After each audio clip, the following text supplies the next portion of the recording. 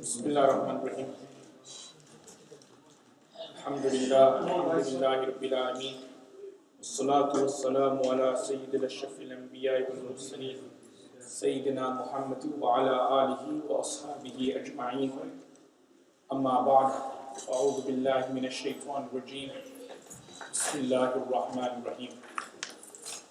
Alhamdulillah, we are now going to make a start on the third session on the course regarding Sayyidina Uthman radiallahu ta'ala anhu. And this third session is going to be kind of long, more or less, all the way until Salatul Asr, because after Salatul Asr there is not that much time until Salatul Maghrib, and there's also very little time after Salatul Maghrib until 7 o'clock when we finish. So inshallah, the bulk of Sayyidina Uthman anhu's middle part of his life, in terms of his khilafah, in terms of the fitan, the turmoil, the mischief, which led to the rebels and the insurgents overtaking the government, the Islamic government, and the rebels and the insurgents then martyring Sayyidina Uthman radiallahu ta'ala anhu, and thereafterwards the consequences of Sayyidina Uthman radiallahu anhu's death on the Muslim Ummah, inshallah, will be touched on more or less in this middle session all the way until Salatul Asr. Now, before Salatul Dhuhr, we were looking at the slide which is in front of us, that how was Sayyidina Uthman radiallahu ta'ala anhu chosen as a Khalifa. So Sayyidina Uthman radiallahu anhu, he was chosen in a way where Sayyidina Umar radiallahu anhu selected 6 people from the committee, and then these 6 people then nominated and chose Sayyidina Uthman radiallahu anhu as the next Khalifa of Islam.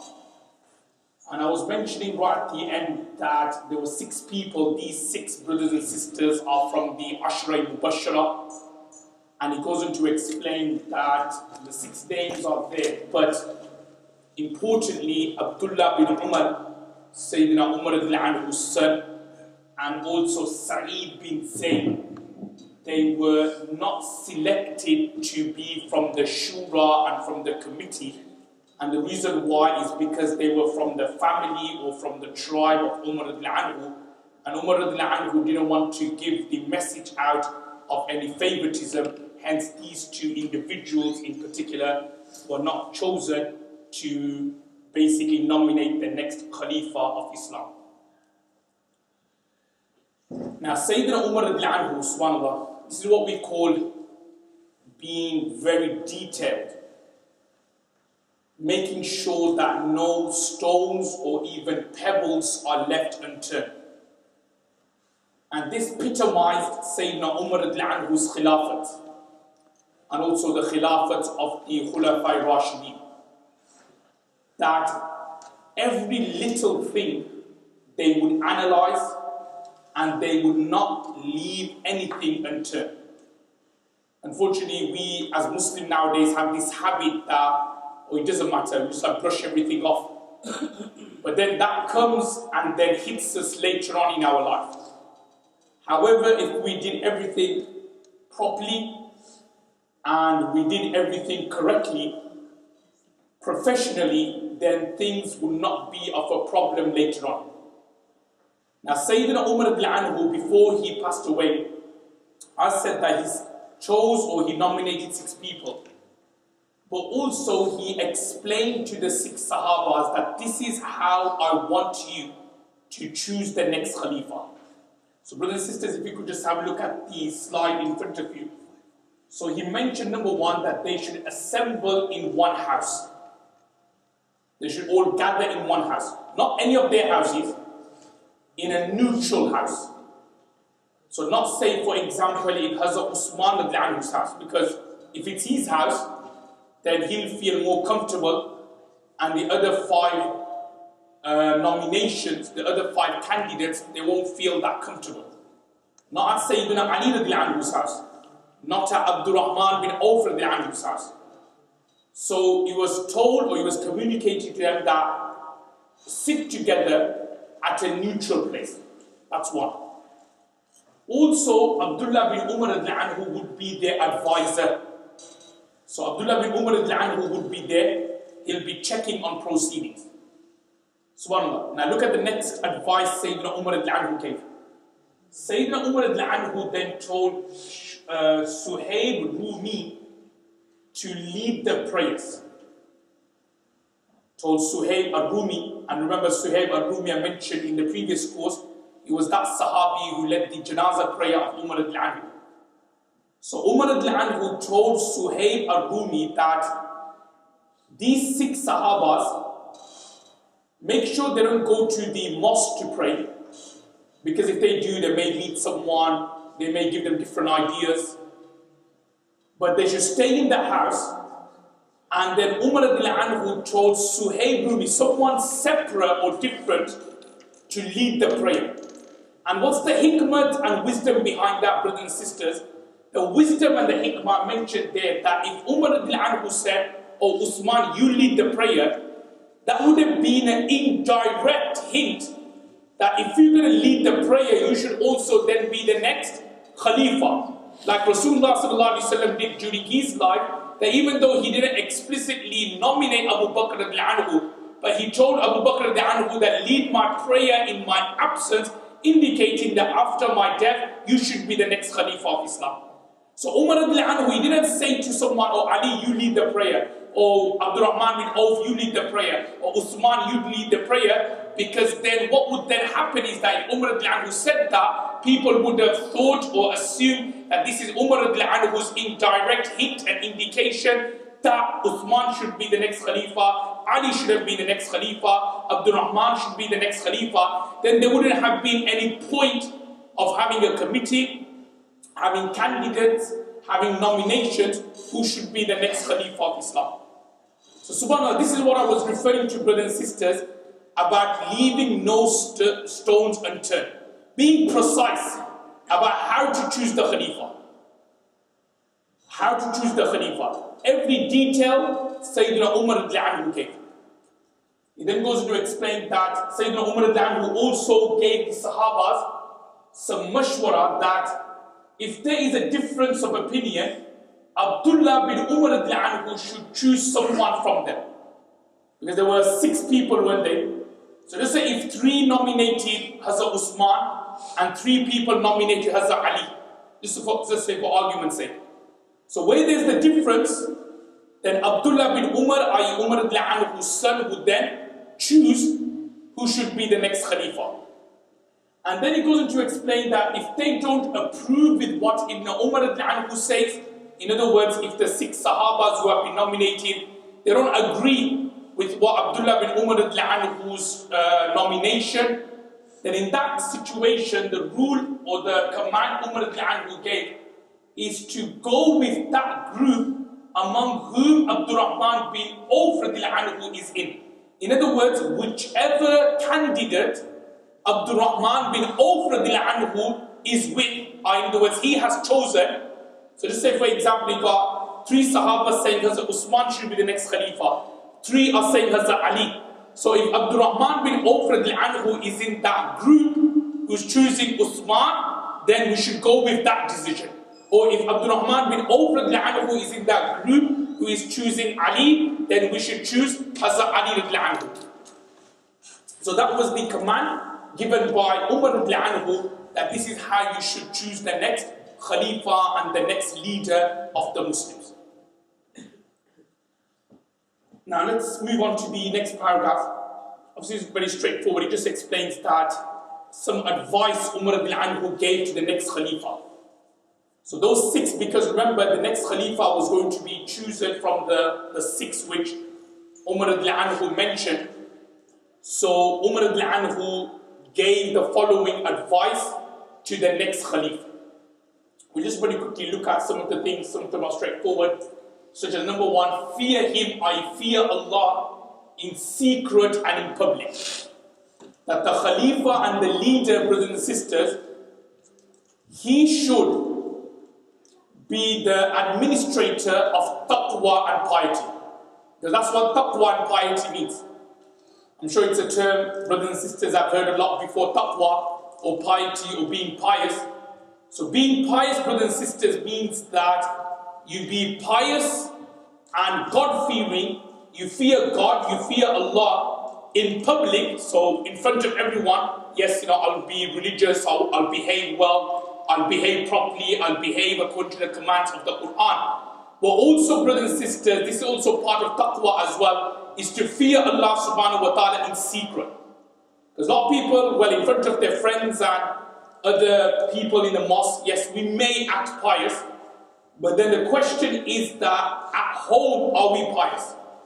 Or when we are by ourselves at home or in our rooms, whatever, in our bedrooms, are we pious then or not? So taqwa doesn't mean, brothers and sisters, we'll touch on this before, we'll touch on it later, that this will then become hypocrisy and nifaq.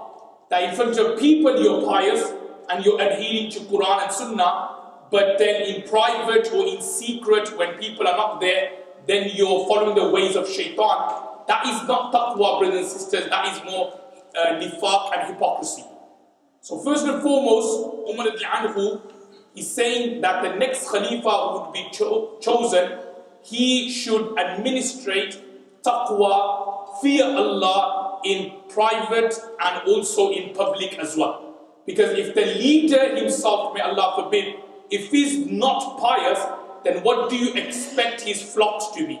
What do you then expect his people to be?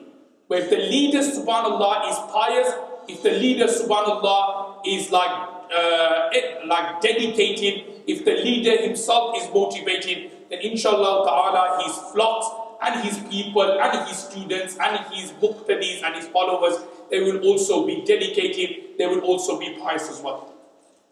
Number two, the second point, the second advice Umar al-Anhu gave was to impose hudud, punishment, on relatives. Like unfortunately what happens that when people become leaders, they tend to let off their family members first. Always happens. And this is, brothers and sisters, is considered to be khiyanat, betrayal of Allah's trust.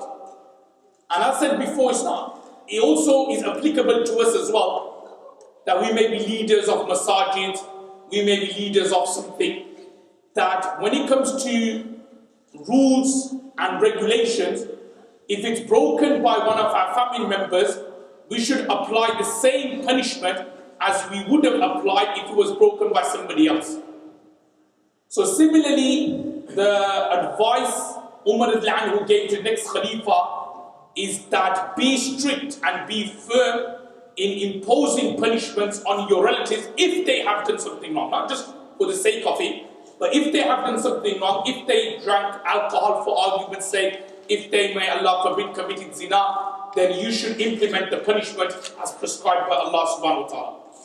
And number three, brothers and sisters, is firm adherence to Islam. Then he goes on to explain advice regarding political matters. Remember, these are all advice Umar al-Anhu, wasiyah, which Umar al-Anhu gave to the next Khalifa. Adherence to justice, straightforward, to be just, to be fair in dealings. Number two, to take care of the Ansar and the Muhajiruns.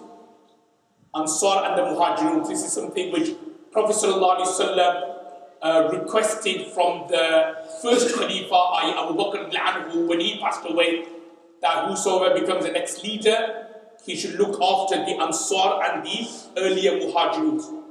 Number three, taking care of the army and preparing it properly. Again, another important duty of the Khalifa, that the armies, when they are going out for wars and battles, to prepare them properly. Number four, to distribute wealth in a just and fair way. So any booty which was coming in, or any kind of wealth through taxes from non-Muslims, jizya you call it in Arabic, to distribute it fairly and justly. Number five, to avoid selfishness and favoritism. So not to favor one person over the other, not to favor your friends over the heart, not to favor your family members over the haqq and the truth. And that's why Rasulullah sallallahu alaihi wasallam has said that no one can be a true believer unless I become more beloved to him than his family and his children and his wealth.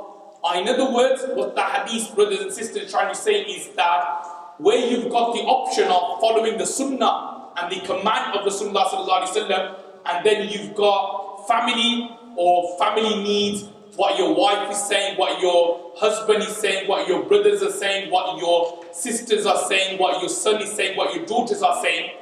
So how do you know somebody loves Rasulullah sallallahu alaihi wasallam more? Is that in that situation, if he gives preference to Rasulullah sallallahu alaihi wasallam sunnah over the needs and commands of his wife, over the needs and commands of her husband, over the needs and the commands of the brothers and sisters, then you know, brothers and sisters, that this person is not favoring one over the haqq, over the truth, over the command and the sunnah of Rasulullah sallallahu alaihi wasallam. So again, a command of Umar radiallahu anhu to the leaders that avoid favoritism, avoid being selfish. Don't always think about yourself.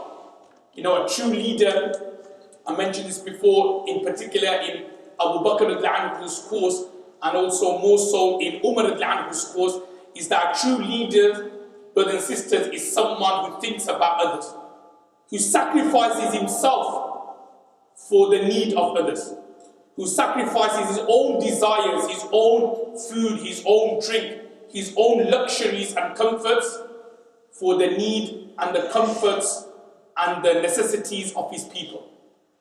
And I mentioned this in a previous course of Umar radiallahu anhu, subhanAllah, that Umar radiallahu anhu, and we'll also see this in the case of Uthman radiallahu anhu as well, that they would eat the stale and the basic food as long as their people are eating the luxurious food.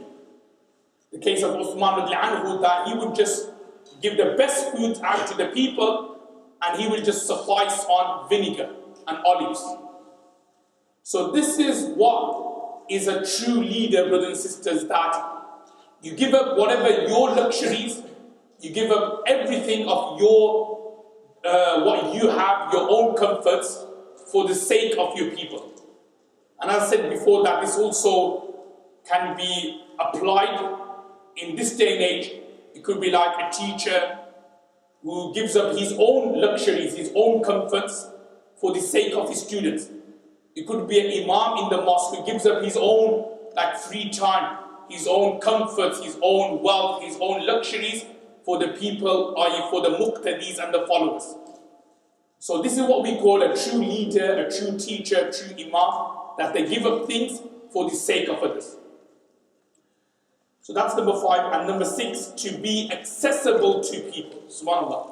Unfortunately, this is very rarely happens nowadays. We always get complaints, especially from the general public or ulamas, hardly see a alim or the sheikh. He's always busy, I can't get hold of him.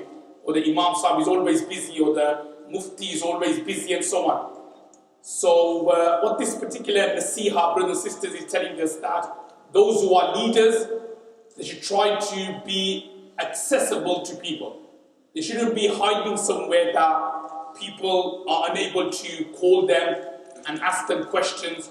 So being accessible, okay, it doesn't mean that you allow people to come into your house, or sometimes like having like an email address so that people can forward questions, then that's being accessible. Or okay, if you are really busy, then having a time, say after Salat al-Maghrib until Isha, and you make it out to people, look, I'll be in the mosque, so if you have any issues, come to me after Salat al-Maghrib and I'll deal with you. Something like that. So being accessible to people.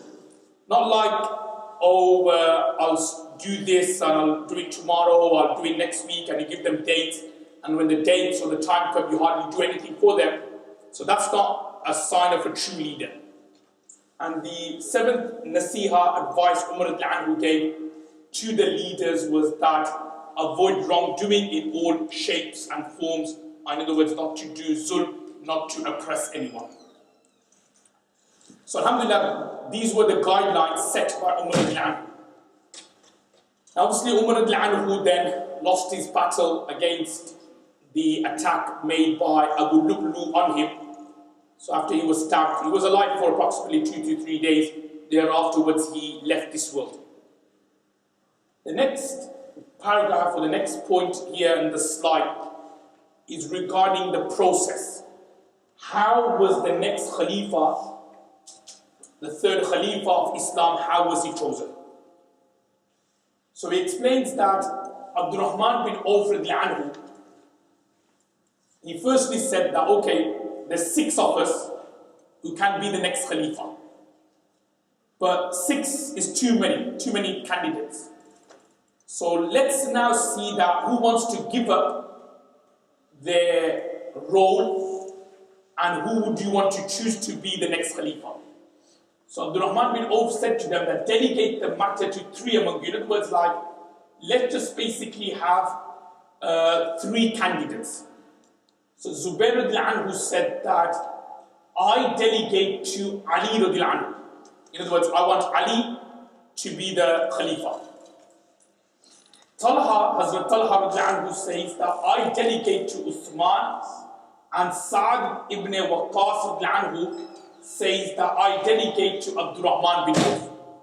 So you have 3 nominations, in other words. Okay, you have Hazrat Ali, Hazrat Uthman, and Hazrat Abdurrahman bin Auf radiallahu anhu. The other 3 Sahaba, Sa'd bin Abi Waqqas, Hazrat Zubair radiallahu anhu, Hazrat Talha, by them delegating to your other Sahabi, in other words, they're trying to say, okay, we are out of the race. Okay, we don't want to be chosen, we don't want to be nominated, we don't want to be considered for the role of Khilafat. So you have 3 candidates, Hazrat Uthman, Hazrat Ali, and Abdurrahman bin Auf radiallahu anhu. Then Abdurrahman bin Auf radiallahu anhu, he then made the announcement and he said, okay, out of the 3, who wants to give up? Who wants to? Because remember, brothers, like, when you narrow the candidates, it's a bit more easier to decide. If you've got so many people, you should then do tahqiq and background check and investigation about every single person. When you narrow the candidates, it's much easier to decide. So therefore, Abdurrahman bin Auf radiallahu anhu, he said to Hazrat Uthman, Hazrat Ali, that who from amongst us wants to give up his nomination? Who wants to give it up? So Hazrat Uthman didn't say anything, Hazrat Ali radiallahu anhu did not say anything. So Abdurrahman bin Auf radiallahu anhu said, okay, I'll give up, like I'll come out of the race, but then I will decide or I will choose who should be the next Khalifa. So look, Abdurrahman bin Auf, look at his sincerity, brothers and sisters, that if he was power orientated, motivated, he would have like clinged on to power. He would have wanted, because he had the opportunity, and remember he was quite old as well, so he was well respected. So when you look at it, he could have been the next Khalifa of Islam. Allah knows best, but he could have been the next Khalifa. But when he saw Hazrat Uthman, Hazrat Ali not giving up their candidacy, so Abdurrahman bin Auf radiallahu anhu decided that, okay, I'll then give up. So he said, okay, I'll come out of the race, and then I'll choose who should be the next Khalifa. So Hazrat Uthman, Hazrat Ali radiallahu anhu, they all agreed. Now the next slide then goes on to explain that Abdurrahman bin Auf radiallahu anhu started consulting the people within the Shura who should be the next Khalifa. And not only that, he then consulted the people of Medina. He consulted the people of Medina, like, okay, who do you want to be the next Khalifa? So, and he goes on to explain that he even consulted women, children, and slaves of Medina. So everyone. So even just like the men, even the women were consulted and asked that, who do you want to be the next Khalifa? Even the children as well. Like, sometimes like children, we sometimes ask them that, okay, what do you want to do? So here, they were even asked. And even the slaves as well. Who do you want to be the next Khalifa?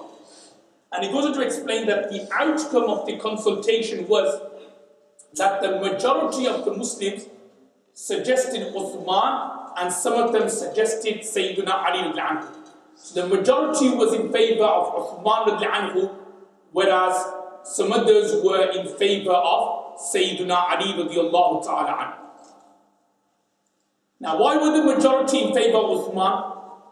Obviously, it could be one reason, could be because everyone knew heart in heart that Uthman radiallahu anhu is third in terms of rank and status after Rasulullah sallallahu alaihi wasallam.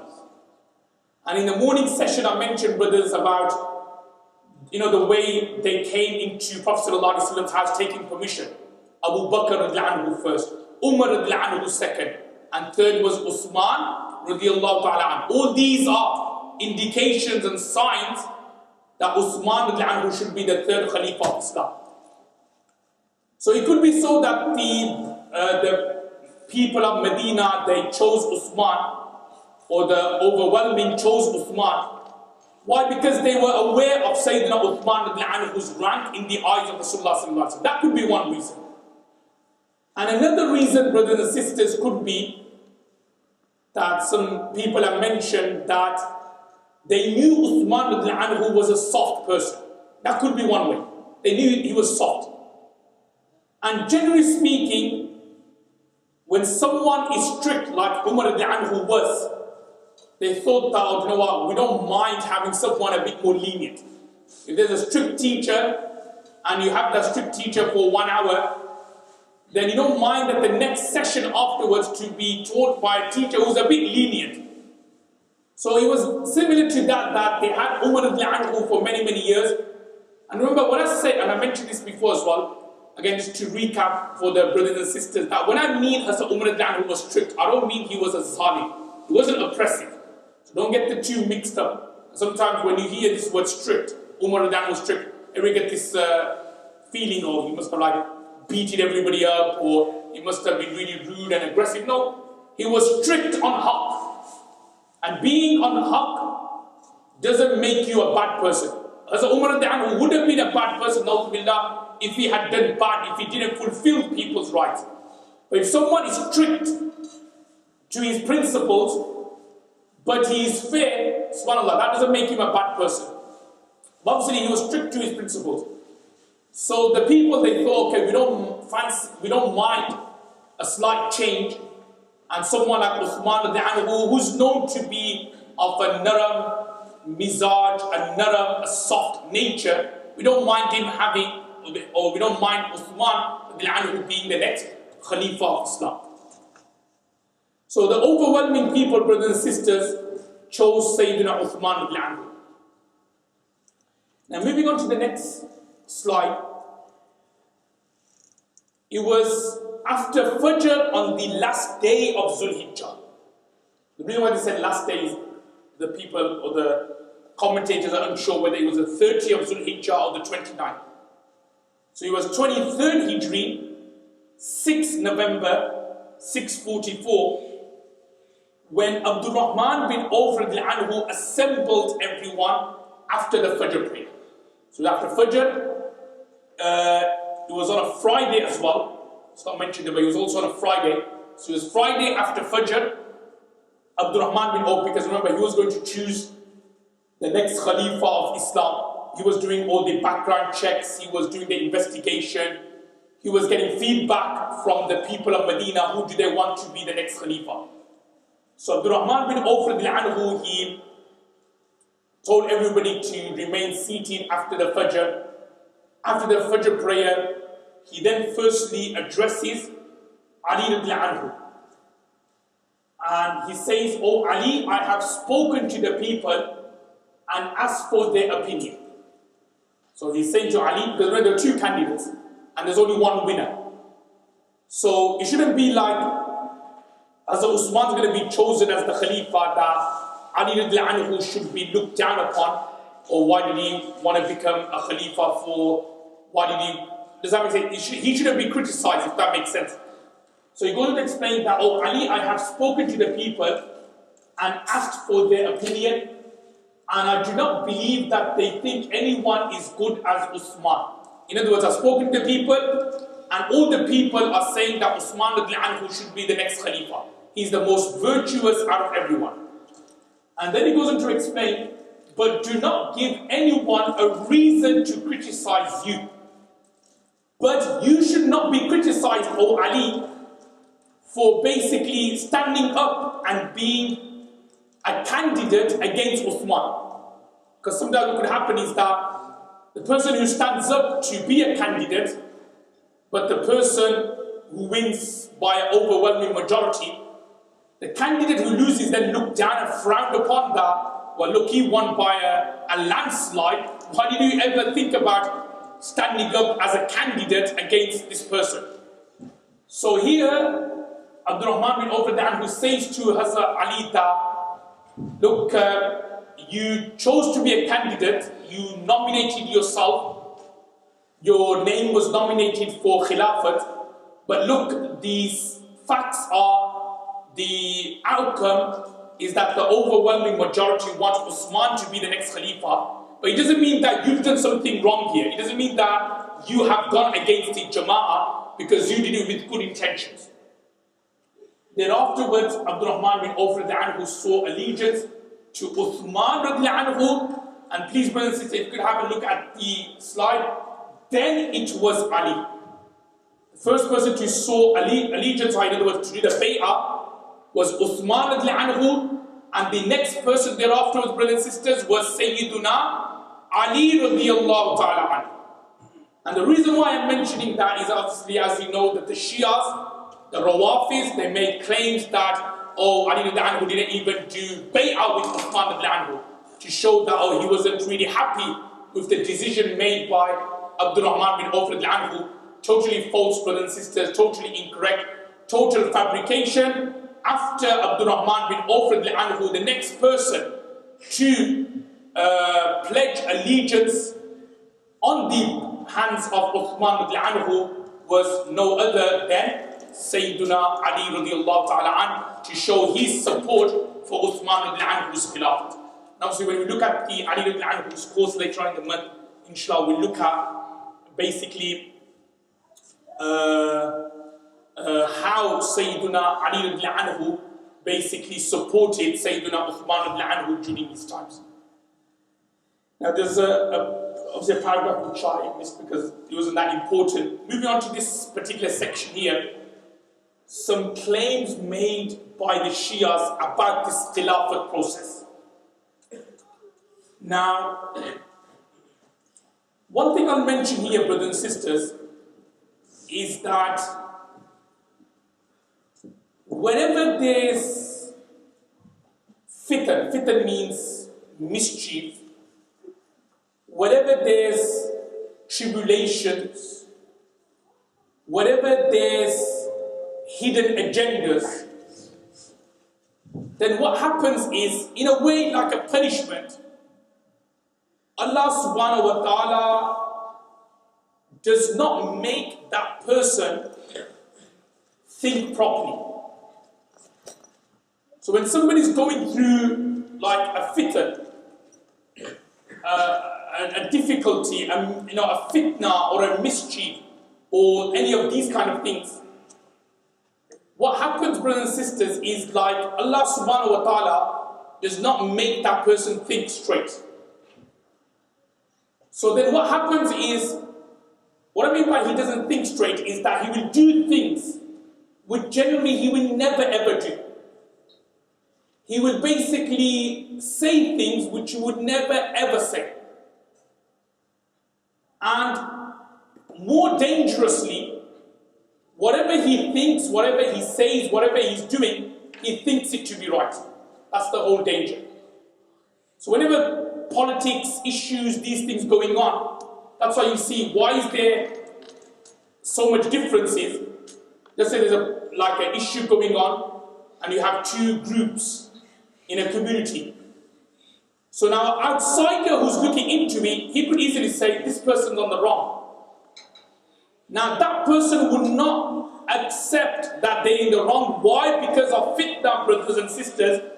As a punishment in a way, Allah subhanahu wa ta'ala takes away the understanding quality which we have. Allah takes that away.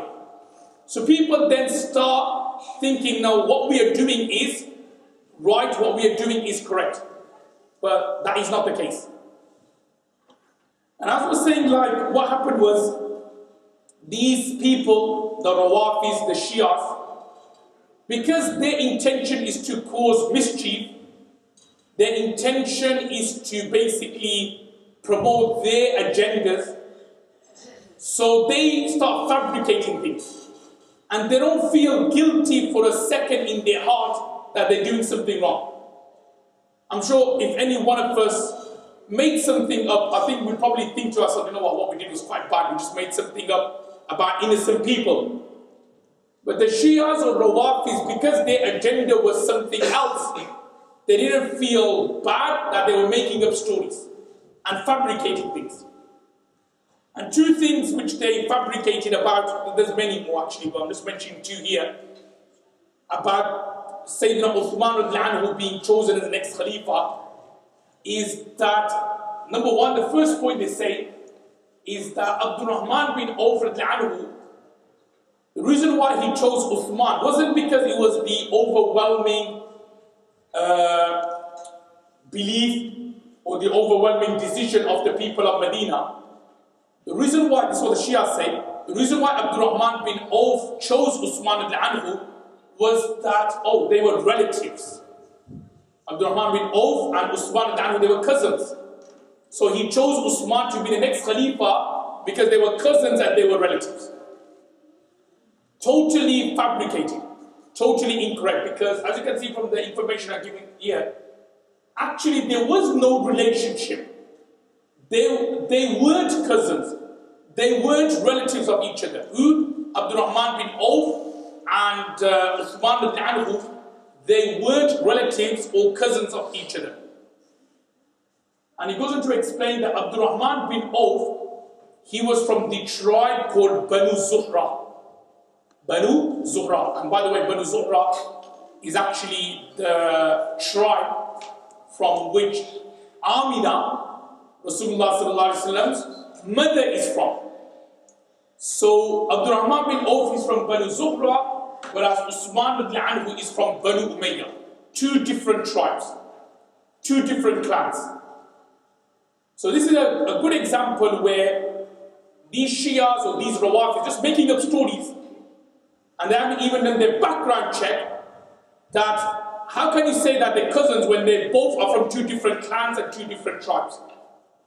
Obviously, if the intention is to cause mischief, then you don't really look at background check. You just make an accusation, won't you? You just say something, won't you? If your intention is to cause fitna, if your intention is to cause problems, then you don't look at the truth and the heart. You just, whatever comes to your mind, whatever comes to your heart, you just say it if the intention, brothers and sisters, is to cause fitna and mischief. And the second claim which the Shias make is that the Banu Umayyah and Banu Hashim had a disagreement at the time of Bay'ah. That when Sayyidina Uthman ibn Anhu was nominated, he's the next Khalifa, the Shias make up, do you know the Banu Hashim? And again, I explained these two words before. Banu Hashim referring to more like Sayyidina Ali ibn Anhu from Rasulullah's tribe, clan like Sayyidina Ali, Sayyidina Abbas, Sayyidina Ibn Abbas, Sayyidina Fatima, and so on. I should say Fatima passed away then, but Hassan, Hussein ibn Anhuma is referring to them, and Banu Umayyah referring to more Uthman ibn Anhu, Muawiyah, Marwan bin Hakam, and so on and so forth. So basically, the second objection the Shias make is that when Abdurrahman bin Auf chose Sayyidina Uthman to be the next Khalifa, the Banu Umayyah, they did the Bay'ah, but the Banu Hashim, they didn't. And rather they had like a disagreement, a kind of like ikhtilaf and a quarrel between the Banu Umayyah on why you choose him for, why you choose Ali ibn Anhu. The Shias, make this fabrication up. As said, brothers and sisters, it's a fabrication and it's totally untrue. Again, these are just a couple of hadiths, brothers and sisters, regarding Uthman ibn Anhu being the third Khalifa. Some hadiths are mentioned, like we just read in the morning, the sequence of receiving glad tidings for paradise. Like I mentioned the hadith in the morning, that Rasulullah was at home, and the first person to knock on the door was Abu Bakr, then it was Umar, and then it was Uthman anhu. And we read the hadith earlier on that when they were knocking on the door, Rasulullah sallallahu alaihi wasallam was saying, "Iftah lahu," give him permission. That first hadith I mentioned of Abu Musa al-Ash'ari, that give him permission, وَبَشِّرْهُ بِالْجَنَّةِ, and give glad tidings of Jannah. So if you look at the sequence, it was Abu Bakr anhu first, it was Umar anhu second, and then it was Sayyidina Uthman anhu third. So that hadith in itself, brothers and sisters, is a sign and is an indication that Uthman anhu is the third Khalifa of Islam. Another evidence, this is of Jabir bin Abdullah anhu narrates that Rasulullah sallallahu alaihi wasallam was shown a dream. In his dream, brothers and sisters, he was shown that a righteous man, that Abu Bakr anhu was tied to Prophet sallallahu alaihi wasallam. Abu Bakr, he was tied to Rasulullah sallallahu alaihi wasallam, and Umar anhu was tied to Abu Bakr, and Uthman was tied to Umar anhu.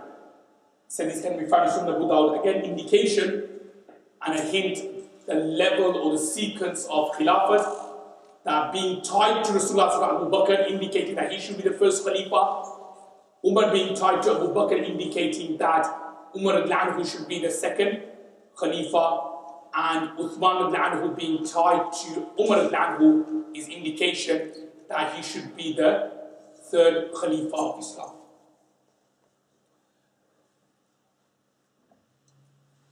Now the next paragraph which I want to mention here, brothers and sisters, is this kind of ruling or mas'ala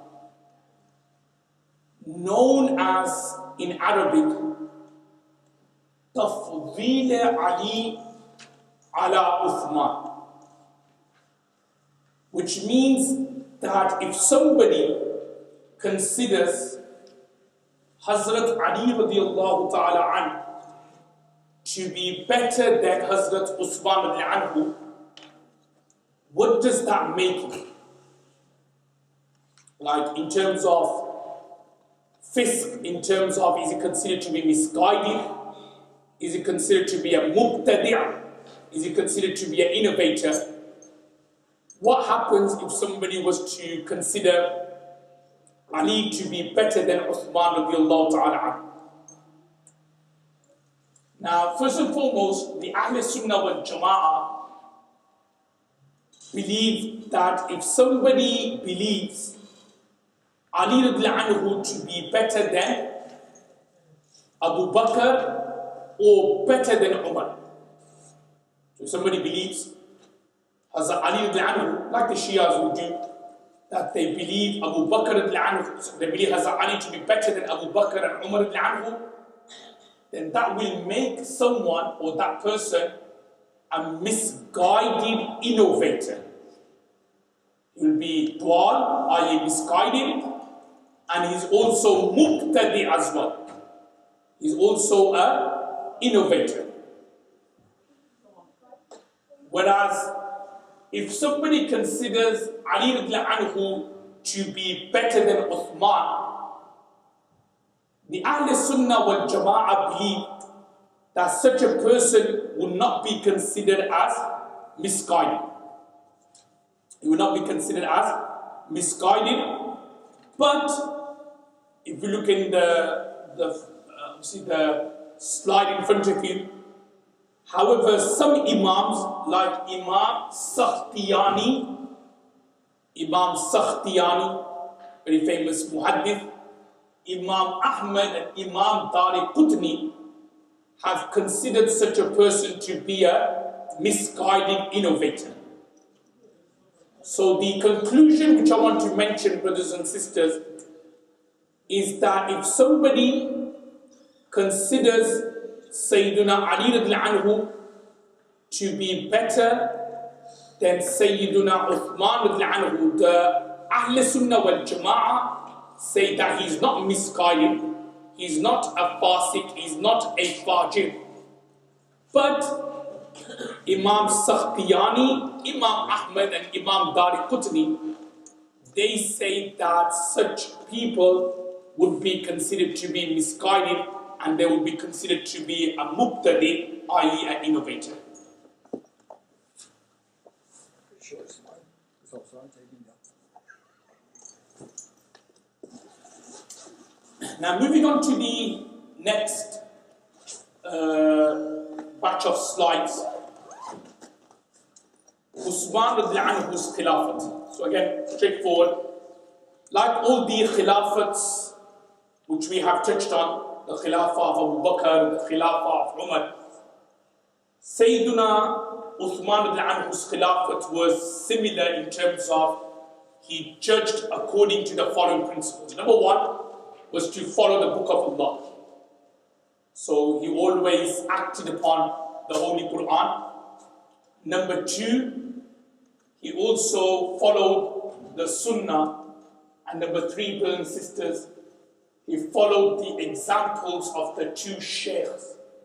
And two sheikhs here means the ways of Abu Bakr and the ways of Umar. Because brothers and sisters, he mentioned the hadith of Tirmidhi. The Prophet ﷺ said, follow the example of those who come after me, i.e. Abu Bakr and Umar radiallahu ta'ala anhuma. So these were the three principles which Uthman radiallahu anhu relied on when he came to his khilafat and his running of the government. The next point here, which I thought I'd just mention, is what's the difference between the khilafat or the government of the Khulafai Rashidin, the rightly guided Khalif, so I also include Sayyidina Ali radiallahu anhu into this as well, compared to other governments. What's the difference between the Khulafai Rashidin's system of governing people and governments of the modern world and of the past? What's the difference between them? Now, a few points here. Number one, the government of the Khalif, or of the Khalifas, had responsibility overall in all aspects of life. In other words, it was based on integration between religion and worldly affairs. What I'm trying to say is that the Khilafat or the government of the Khulafai Rashidin, it was such, brothers and sisters, that it was regarding deen and dunya. It was regarding the religious side and it was also regarding worldly things. So whatever commands the Khulafas gave, it was based on their deen and it was based on worldly things. Whereas the government of the modern world, their rules, their judgments are all based on worldly, and it's not based on deen or piety or taqwa, anything like that. So that's the main difference. What I'm trying to say, brothers and sisters, is that the Khulafai Rashidin government looked after the interest of a person's deen and the person's dunya. So in other words, like, what I'm trying to say is that any rules which the Khulafas would give, it will be first and foremost looking at the deen, like looking at the deen, and then it will be worldly based. Whereas the government of the modern world, they don't look at what's your religion, they don't look at whether this rule which we are enacting, whether it is against Muslims, whether it's against Jews, whether it's against Christians, whether it directly conflicts with Islamic teachings, Islamic preachings. They won't look at that. They just give rule based on the social side, the social aspect, based on dunya.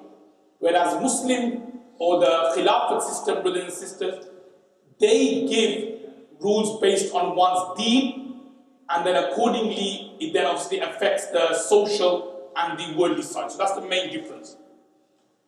Number two, the second difference is that the government of the Khalif was committed to implementing the rulings of the Sharia. So they apply the rules of the Sharia, not man-made laws.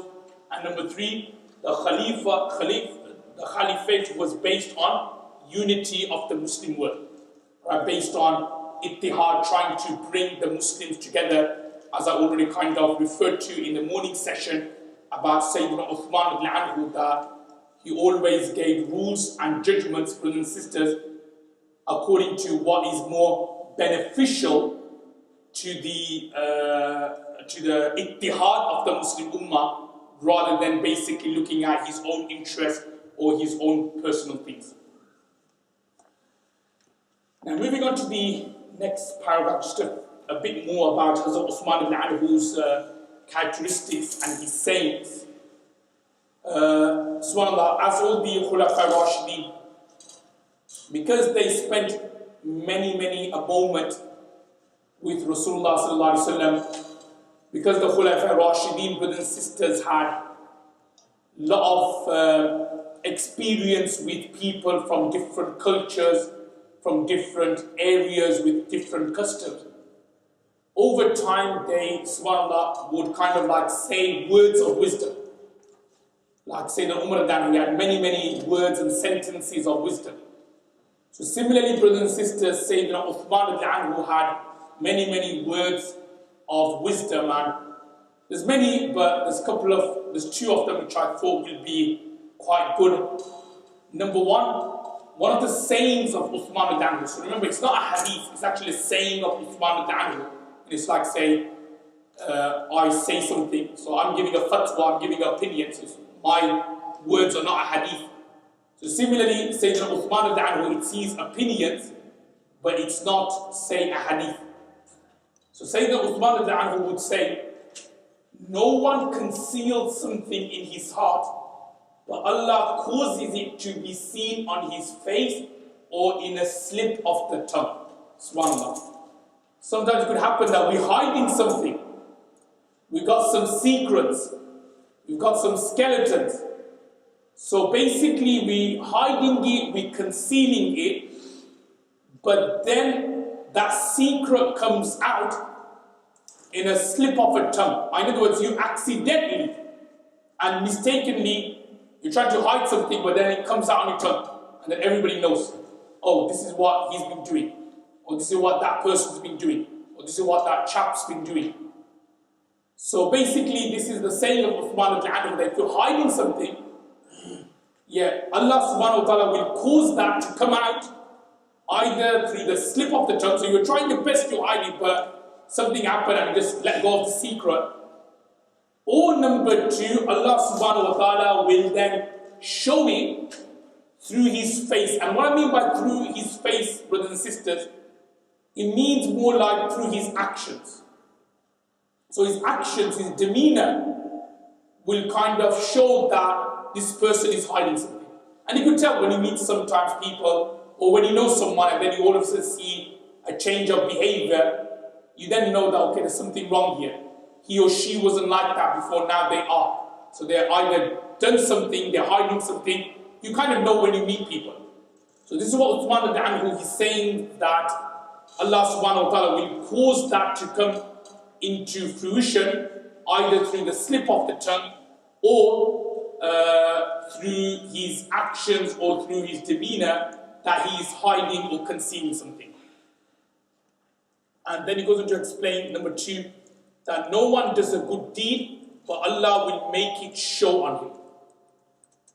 Again, another saying of Sayyidina Uthman ibn Anhu, that if you do any good deeds, brothers and sisters, now there's two aspects to it. Either you've done a good deed with good intentions to please Allah. So what will happen, brothers and sisters, is that Allah subhanahu wa ta'ala will make it show upon you.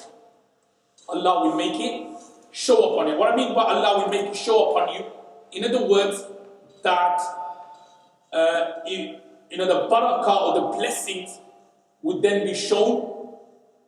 And similarly, brothers and sisters, if you've done a good deed but not with the intention to please Allah, then again Allah subhanahu wa ta'ala will show that upon you, in terms of He will use that to humiliate you. So that's what these two sayings of Sayyidina Uthman ibn Anhu. Again, some other characteristics of Uthman ibn Anhu which I mentioned in passing before, so we'll just quickly look at them. Teaching. This is something unique of Sayyidina Uthman anhu teaching. Like, he was an advocate of teaching. Whatever you knew, Uthman anhu always encouraged that you then teach others. And this is actually not something new, introduced or innovated by Sayyidina Uthman radiallahu ta'ala anhu, but actually it's a teaching of Islam, that basically what happens is that whatever you learn, you then convey it to others. And subhanAllah, I'll tell you the reason why it's so important that you convey to them. Because somebody may think, well, there's no need for me to convey because I know it, that's fine. So if anybody's got a question, then they could come and ask me. Just for example, I know some rules, Muslim science, I know rules about fiqh. So someone like an alim or a scholar or a mufti may think, well, what's the point of me passing this knowledge on to the brothers here and the sisters here? Do you know what? If anybody's got any marriage issues, if anybody's got a question about Uthman anhu or Ali anhu, I'm sure they could come and contact me and I could give them the answer anyway. Why do I need to, pass the knowledge on in terms of a course, in terms of a dars, in terms of a halaqah? So the reason why, brothers and sisters, subhanAllah, it's mentioned in the hadith that Allah subhanahu wa ta'ala has made knowledge such that there are sometimes some types of knowledge which, do you know, the person who's conveying it, he doesn't understand it properly. But the person who the knowledge is being conveyed to understands it far more better than the conveyor. SubhanAllah. So it could be some bits which about deen, you know what, you don't really understand it properly. You understand it 90% but not 100%. Could be some rulings, some maslas, some explanation of certain hadiths which you try your best to understand, but you know what, it's not going inside. Then what happens, you then teach it to somebody else. You teach it to somebody else, and through conveying and teaching it, then through its barakah, what happens, a person who you conveyed it to, they understand, and through that barakah, you then understand it better. SubhanAllah. This is mentioned in the hadith. As you can see from the first point, is a hadith actually of Bukhari, that Rasulullah sallallahu alaihi wasallam has said, but this is narrated by Uthman anhu, that khayrukum man ta'allama al-Qur'ana wa 'allama, that the best amongst you are those who learn the Qur'an wa 'allama and teach it to others. Khayrukum man ta'allama al-Qur'ana wa 'allama. So from this, brothers and sisters, we can derive the importance of teaching. Whatever you learn, you then pass it on to others, because sometimes through its barakah, you yourselves understand that topic better. But if you had just thought, oh no, I think I know it, and just keep it within, then what happens is that you won't probably excel in that topic, and nor would you know that topic properly. Again, some of the characteristics, brothers and sisters, if we could just have a look at the slide, forbearance, that he had a lot of sabr. Sayyidina Uthman anhu, we look at this during his martyrdom. Number 3, he was very easygoing. I mentioned this already in passing. Compared to Umar anhu, Uthman anhu was very relaxed, very friendly, very gentle, naram mizaj, naram tabiyat, very, very soft-hearted.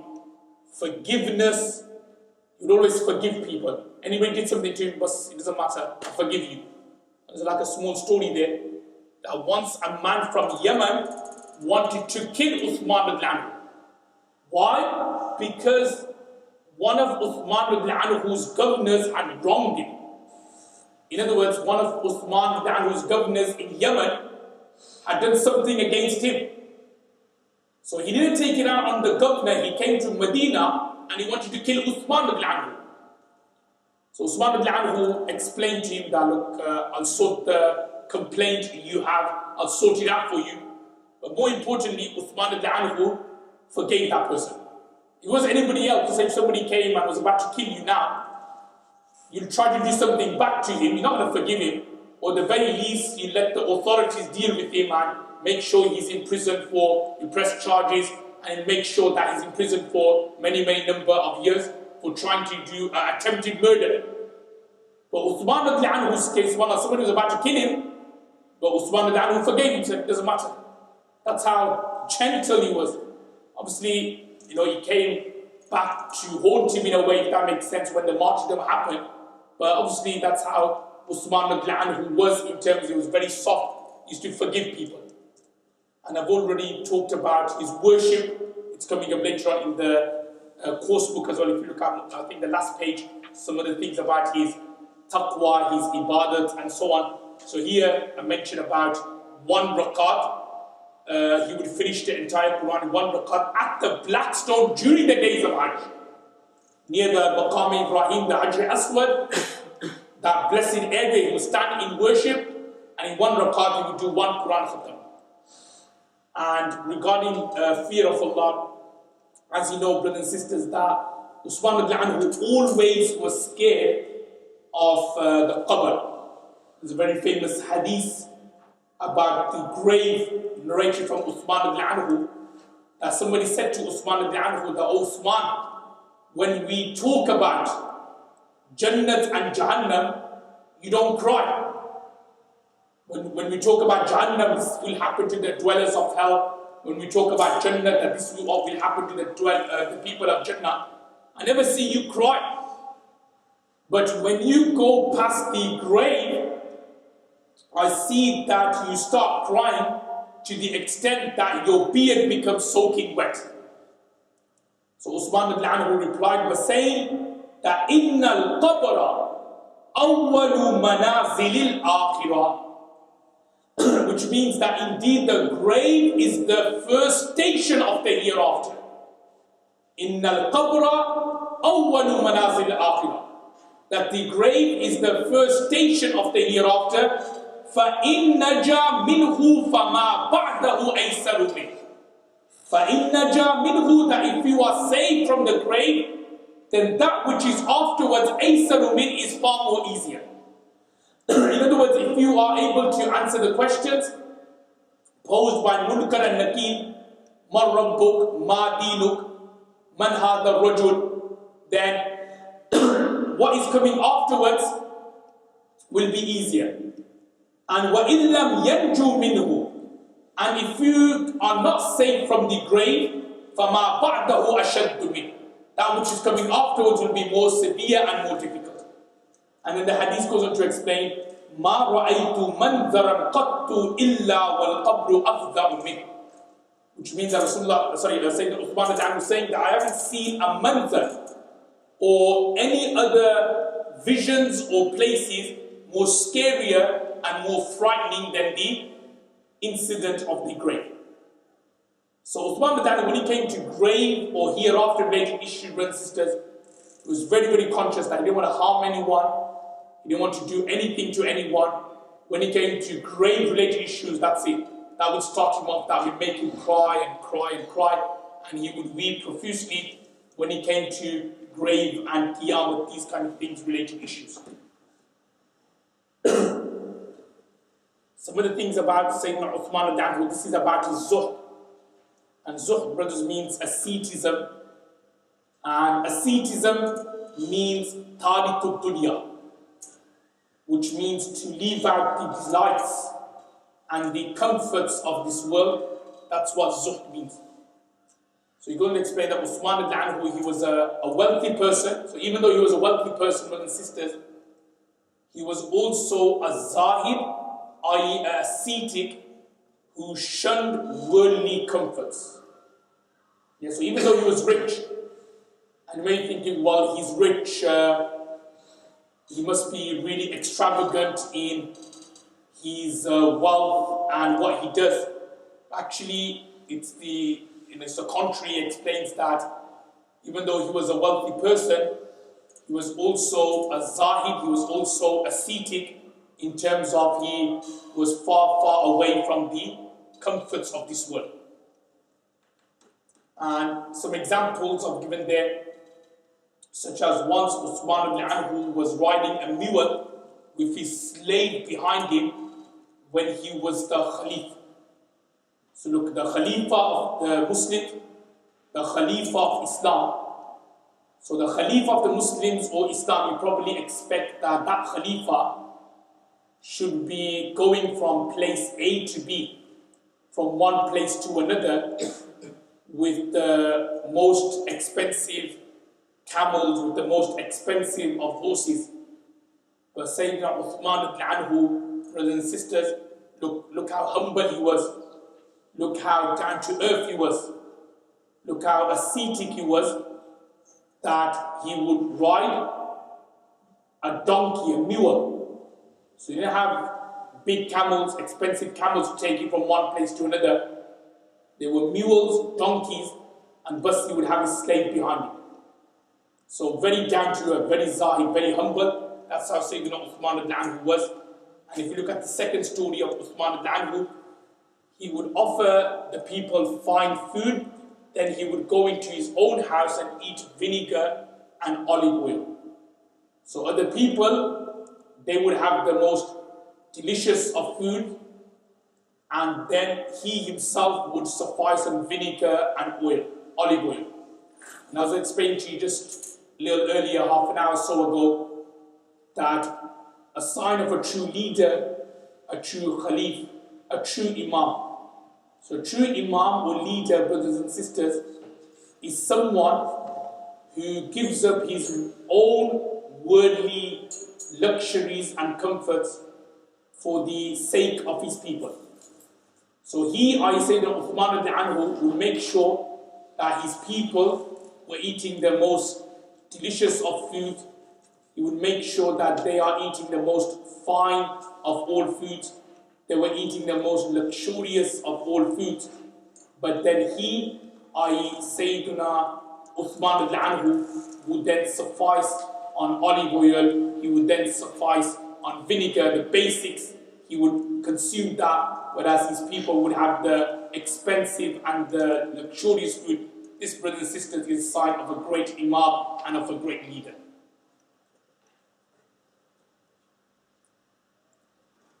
Again, some other points about his khilafat, his system of judging, the way he ran the Islamic government. So, number one, I mentioned there, checking on people. He always check on people. This was actually a great quality of Sayyidina Umar bin Khattab radiallahu ta'ala anhu. That what Umar ibn Anhu would do is that basically he would check on people, the governors, the ministers, to find out how are they behaving, what they are doing, and whether they are compiling, fulfilling the commands or the obligations Sayyidina Umar ibn Anhu had set. So Umar ibn Anhu was always on top of that. And I also mentioned before that this checking on the ministers and governors, whether they're doing their jobs or their responsibilities properly, is actually an ancient sunnah of all the prophets. An old age sunnah of all the prophets, starting or beginning with Sayyidina Sulaiman alayhi salatu wassalam. Sayyidina Sulaiman alayhi salatu wassalam, he had, as all the brothers and sisters know, not only did he have people under his control, because Sulaiman alayhi salam was a king, he also had animals under his control. He had birds under his control.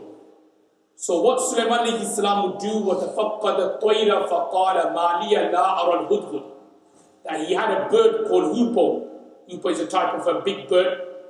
So this hoopoe bird will go around to get message for him, to get information for him. So one day Sulaiman alayhi salam did not find hoopoe, did not find the bird under his care, under his management. He wasn't there. So he then started looking around, where is hoopoe? Where is the bird? And then afterwards hoopoe then came and gave him the information that the reason why I was late is because I was flying over Sabah. the queen of Sheba, Bilqis, that she and her people were worshipping the sun. But from there the scholars derive that, look, Sayyidina Sulaiman Islam checking on Hoopoe, checking on the birds, checking on his animals, what are they doing? He even had jinnats under his control, and he would check on them, what are they doing?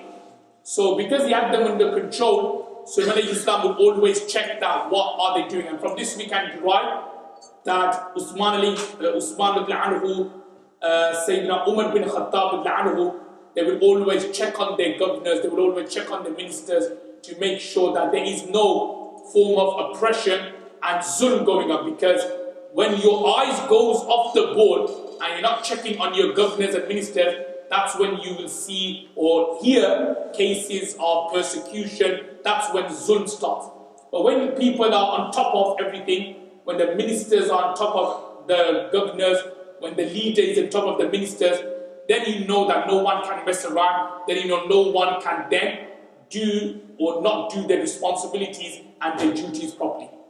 So Hazrat Uthman anhu was always checking on his people, checking on his ministers. If you have a look at the slide, it says that he was always kind and caring. He would ask after the Muslims, oh, how's so-and-so, how's so-and-so?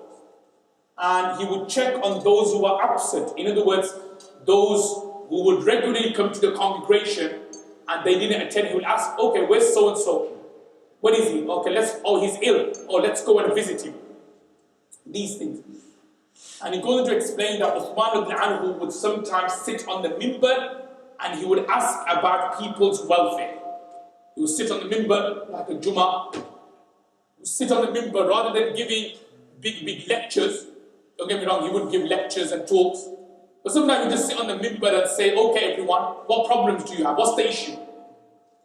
So finding out sometimes about people's needs and their necessities, sometimes, rather than just every single week giving long lectures where, okay, fair enough, nothing wrong with giving long lectures, but kabhi kabar sometimes just stop the lecture and just ask people, like, okay, what's the problem? What's the issue? And then talk and discuss about that will be far more better. Sometimes, like Rasulullah sallallahu alaihi wasallam would do for Jummah, instead of giving sometimes Jummah khutbahs and lectures, as mentioned in the hadith of Bukhari, one particular Jummah, Prophet sallallahu alaihi wasallam stood up and he showed people how to pray salah. He showed people how to pray salah. So it's not all the time Friday you have to give a lecture.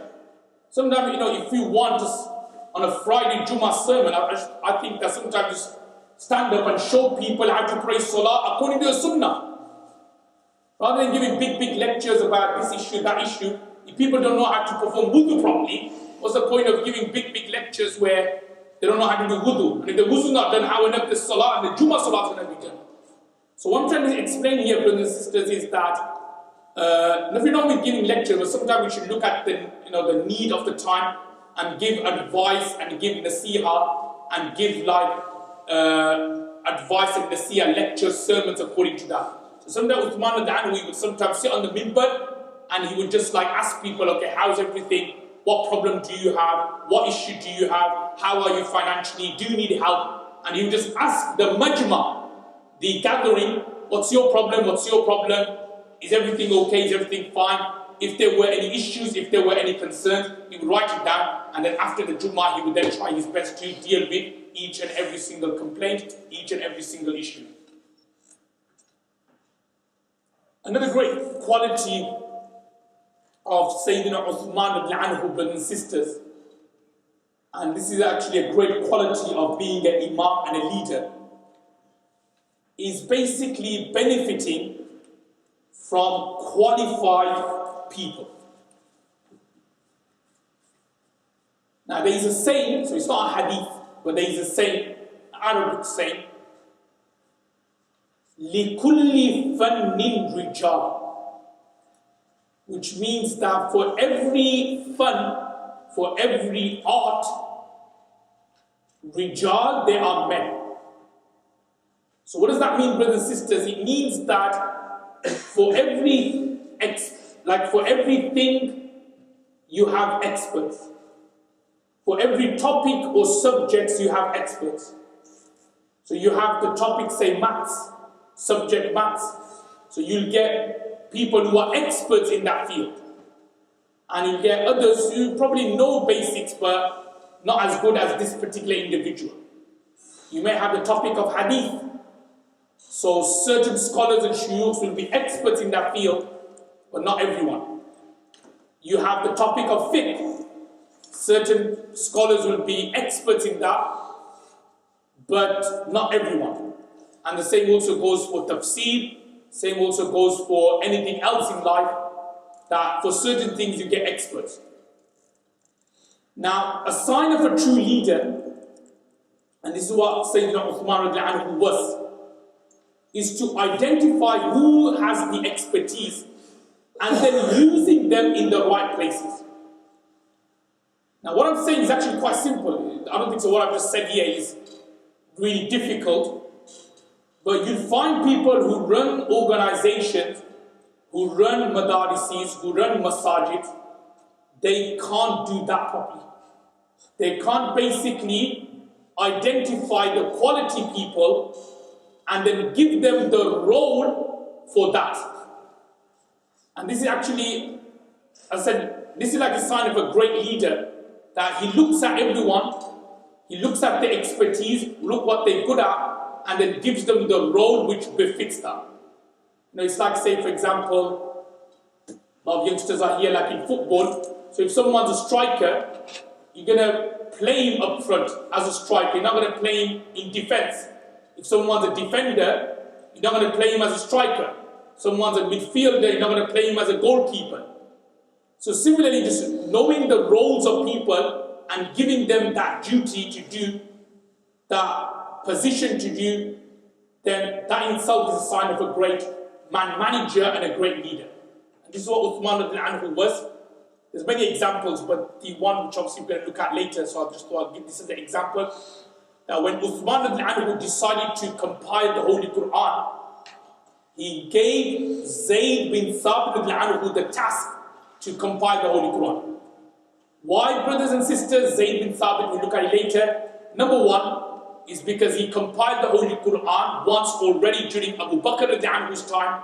Number two, he was a hafiz of the Quran. And number three is that he was the Katib Wahi. He used to write down the Wahi during Prophet ﷺ's time. So look, he's got the expertise there. He's already done it once. He's already done it once, like compiling the Quran once. He's a hafiz of the Quran, so he knows which ayats are which ayats and which are fabricated and made up. And he also would write the Wahi of Rasulullah ﷺ down. So great example, hence Sayyidina Uthman who chose Zayd bin Thabit to basically head up the committee who will basically compile the Quran for the second time. I'm asking, as we're going to look at later on in the slide.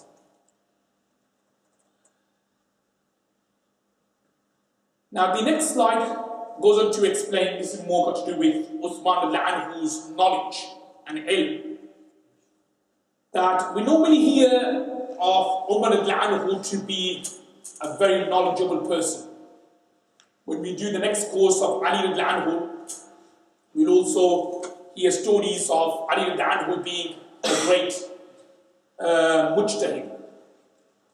But sometimes this is not really clarified or advertised much. So Uthman anhu was also a very, very great mujtahid. Now for the brothers and sisters, let me just explain the term mujtahid. What does mujtahid mean? I'm sure some of you may have heard of this term before. What does it exactly mean? Now mujtahid is someone, literally means someone who strives. And in this context, it's someone who looks at the Quran and the Hadith and he derives rulings. Secondary rulings. Not like in the Quran it says praise Salah, because anyone who knows a bit of Arabic will be able to work that out. What we mean is that looking at Quran and Hadith and then deriving secondary rulings, furu'i rulings. So this was a great quality of all the khulafas, also in particular of Sayyidina Uthman radiallahu ta'ala anhu. And one thing which I will clarify here to brothers and sisters, that knowing Arabic isn't sufficient to be a mujtahid. A lot of people think, oh well, I'm doing an Arabic course, but that's more than enough for me to start doing tafsir of the Quran and start interpreting hadiths the way I want. Brothers and sisters, that's totally wrong, and that is actually, a way or a means of going into misguidance. Knowing Arabic is not sufficient to understand complex texts from the Quran and from the hadith. Just because we know English doesn't mean that we can be a lawyer. We have to do a degree, then we could be a lawyer. Or do a degree and then we could be a solicitor. Or do something and be a doctor. Just because we know English doesn't mean that we know everything. So similarly, just because you know Arabic perfectly doesn't mean that you now become an alim and a scholar and an imam and you could derive your rules and fatwas and rulings. No, brothers and sisters, actually will be a way and a means of misguidance. So you have to be very careful. But anyway, Uthman anhu, he was a great mujtahid. I'll just mention this some examples of his ijtihad, his opinions, certain things which he started. Obviously, some we don't actually have to act upon, some we do act upon, some we don't. But like the first one here, that Uthman anhu, when he would go to Mina and Arafah, and those brothers and sisters who've been for Hajj, we know that out of the 5 days of Hajj, you spend, obviously on the 8th of Zulhijjah, you're there in Mina, and then on the 9th of Zulhijjah, you go to Arafah. And when you are in Mina and Arafah, obviously you are praying Salah in the tents. So a question arises regarding Dhuhr, Asr and Isha. How many rakats do you pray? So obviously, because we are musafirs and travelers, in the Hanafi fiqh we say that you pray 2 rakats. Because we're travelers, qasr is wajib. So you pray 2 rakats. For Dhuhr, for Asr and for Isha. Now Uthman anhu, on the other hand, when he would be in Mina and Arafah, he would pray 4 rakats. So if we just have a look at this slide in front of us, all the other Sahabas were saying to Uthman anhu, what on earth are you doing? It's 2 rakats. Prophet ﷺ in the farewell Hajj, he prayed 2 rakats in Mina and in Arafah. What on earth are you doing? Why are you praying 4? Abu Bakr anhu prayed 2. Umar anhu prayed 2. Why on earth are you praying 4? So Abdul Rahman bin Auf anhu, he complained, and he then forwarded his complaint to Abdullah bin Mas'ud anhu. So look at Abdullah bin Mas'ud anhu's subhanallah, his wisdom and his insight, that he responds, brothers and sisters, by saying causing differences is far more evil. In other words, no, we're going to pray behind Uthman anhu. He's our leader, he's our Amir. He's praying 4 rakats, but we will pray 4 rakats as well. Because to cause ikhtilafi and say, no, let's make our own group of 2 rakats. And we have 2 jamaats. Uthman anhu's jamaat and congregation will pray 4, and they will pray 2, and causing differences in that within the Muslim Ummah, that is far more evil. That is far more evil. So what Sayyidina Abdullah bin Mas'ud anhu was, no, we're not going to cause any differences. It's his opinion is 4, hence we're going to pray behind him, and we will pray 4 rakats. And I mentioned in the slide in front of all of you that the reason why Uthman anhu prayed full rakats, i.e. 4 rakats in Mina and Arafah, because number 1, his wife lived in Makkah, so he had another wife. So one of his wives lived in Makkah, so he thought that, okay, I am a muqim, I'm a local person, I'm a resident, hence I'm not a musafir, I'm not a traveler, so that's why I should pray 4. And another reason why is because the Bedouins may assume that the number of rakats for Dhuhr, Asr and Isha is 2. Because a lot of Bedouins, a lot of people from outside the villages where Islamic knowledge or ilm or deen may not have reached to them properly. So what could happen is that they may turn up for the Hajj and they see Uthman al-Anhu praying 2 rakats with Dhuhr, Asr, Isha, so they may think, oh, I don't understand this qasr ruling, or do you know what, 2 rakats is for Dhuhr. Dhuhr rakat is 2 rakats all the time. Or Asr is always 2, Isha is always 2. We don't understand qasr these things. Bedouin, because they don't tend to be that knowledgeable, they'll say, oh well, Uthman read 2, hence we're just going to pray 2. So to kind of counteract that, Uthman al-Anhu prayed the full 4 rakat to basically tell the Bedouins in particular that Dhuhr, Asr and Isha all the time is 4 rakat, because it could be so that they may not understand the concept of qasr. Even some brothers and sisters probably may not understand the concept of qasr and shortening the prayers. So to avoid that danger of them thinking that it's always 2 rakats for Dhuhr, Asr and Isha, he prayed full 4 rakats in those situations.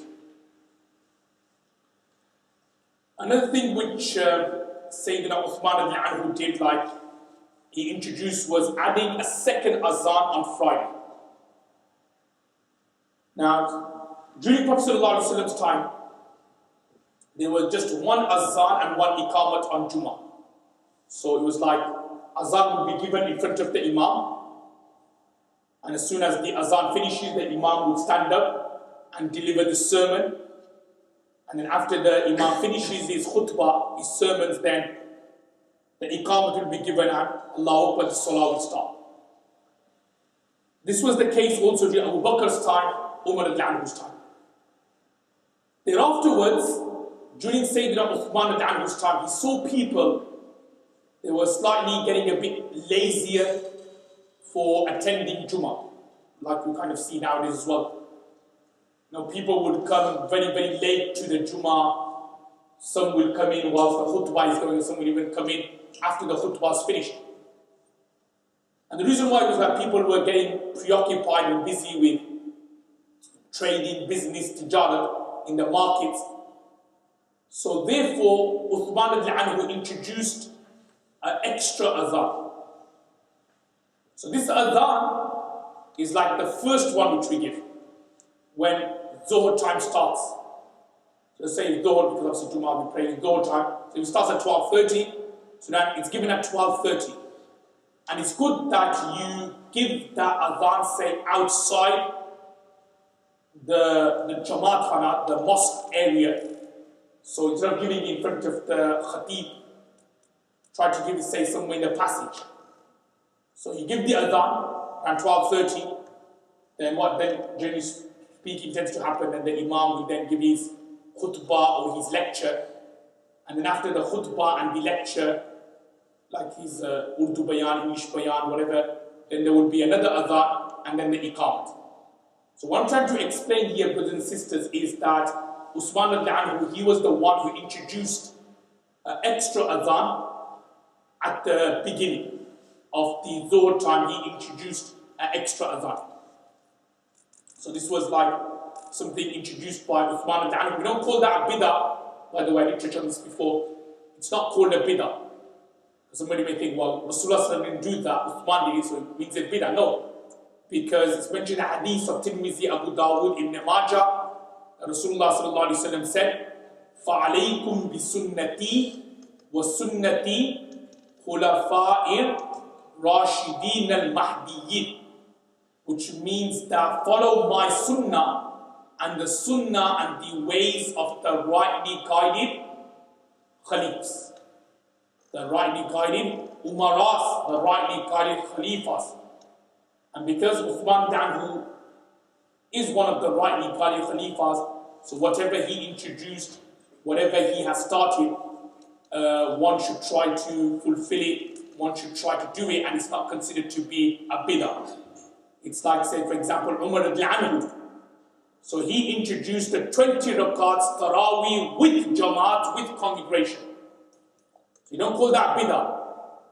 Why? Because it's something started by Umar al-Anhu, and also something which Rasulullah did do himself, as mentioned in the hadith of Bukhari Muslim, but he didn't do it regularly.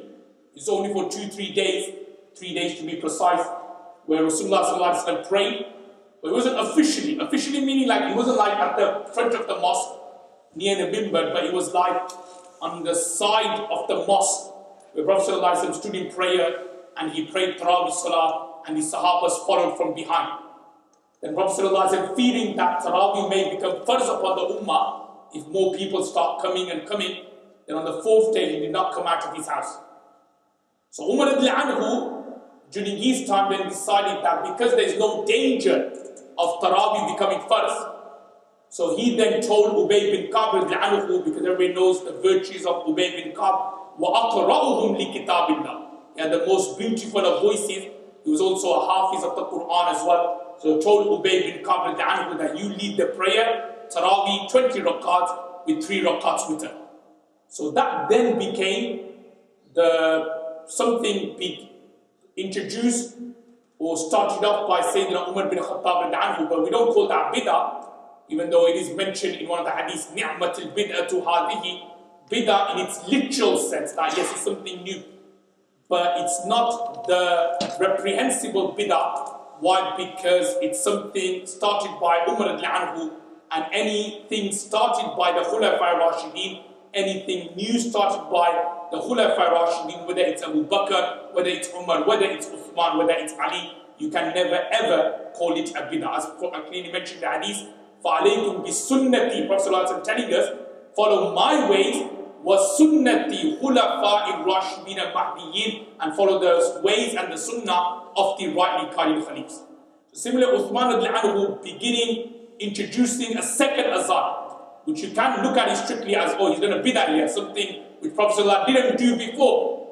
But you don't call it a bid'ah. Why? Because Prophet ﷺ has given his backing to anything starting off by the Khulafa Rashidin, that this cannot be the bid'ah. This is actually following the rightly guided ways, the correct ways of the deen.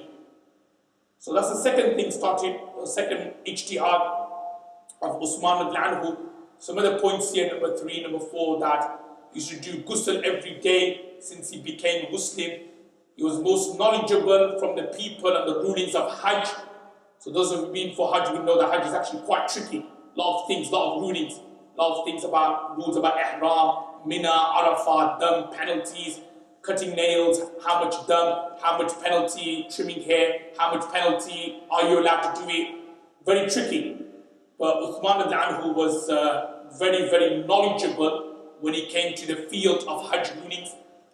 A point here which he also said as well, this is more like his saying, but it was also his opinion, but I said before, it's not like a fatwa or a ruling like we act upon now. That Uthman anhu, number 5, he disliked marriages between close relatives, cousin brothers, cousin sisters. He disliked that. Why? Because it may cause hatred in the breakup of a marriage. Like if the marriage didn't work out, then what may happen is that it would then lead to fights between the two families. So you've got the problem there that there's a quarrel, but then there's an added problem because that family happens to be your cousin brother, happens to be your uncle, happens to be your auntie. So then you're getting, there's 2 problems then. One is you're quarreling with someone, which you shouldn't be doing. And number 2, you're breaking ties. Because you're supposed to maintain and keep ties with your relatives, cousins, uncles, aunties, khalas, poopies, whatever. You're supposed to be keeping contact with them. So if you married within or into that family and then the marriage broke up, so first and foremost, it happens when there's a breakup of marriage, there's always that natural dislike for that family because everyone's blaming each other. The boy will blame the girl, the girl's family will blame the boy or the boy's family. So naturally they won't get along. But then if it also happens to be the case that that girl's family happens to be your auntie or your uncle or your khala or your chacha or your poopi, then you've got other issues as well, and that is a breaking of the tie. That's why Uthman anhu didn't like marriages between close relatives. Another point of Uthman anhu was that he disliked hoarding wealth. Like he never liked people gathering wealth, because obviously, as I mentioned before, that Uthman anhu was a great zahid, ascetic, and ascetic or asceticism means tariqud dunya, having no connection with this dunya, and this is what Sayyidina Uthman anhu was hence he did not like anyone hoarding or gathering wealth. Now moving on to the next topic here. One of the greatest achievements of Sayyidina Uthman anhu's Khilafat, we can point or we can say is Uthman anhu, he compiled the Holy Quran. So the Quran which we have in front of us, the Mus'haf, as all the brothers and sisters know, that it's known as Mus'haf Uthmani, a copy of Uthman anhu's Quran. So the Quran which we have in front of us, brothers and sisters, is actually the Quran which was compiled by Uthman radiallahu ta'ala anhu. Now, as a heading, I've written there, a greatest achievement, because everyone's leadership will always, there will be something like a great achievement. So if you look at Abu Bakr anhu's Khilafat, you'll probably pinpoint and say, yes, the way he dealt with the apostates, the murtads, when they were not willing to give zakat, the way he dealt with them forcefully, offensively, you could say that was a good achievement from Sayyidina Abu Bakr anhu. When you look at Umar anhu's time, yet his great achievement will be the way he formulated the Islamic government, the system, the nizam he brought about, having different governors, then each governor then having many ministers, districts, and the way the Islamic government flourished, the Baytul Mal, giving stipends to soldiers, to people who were in need. You could say that is more like Umar anhu's achievement of being a Khalifa. When you look at Uthman anhu's Khilafat, which lasted for approximately 12 years, he more or less continued with the way of government where the seeds were initially put down by Abu Bakr and Umar anhu. So we won't say that Uthman anhu did anything drastic in the way he ran the Islamic government. These principles of checking on the governors, ministers, they were all carried out, started and initiated by Abu Bakr, by Umar anhu.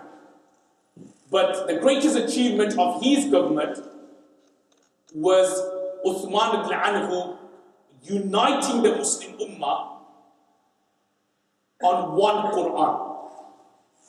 And I mentioned in the morning session that Uthman anhu, he was always about ittihad, like togetherness.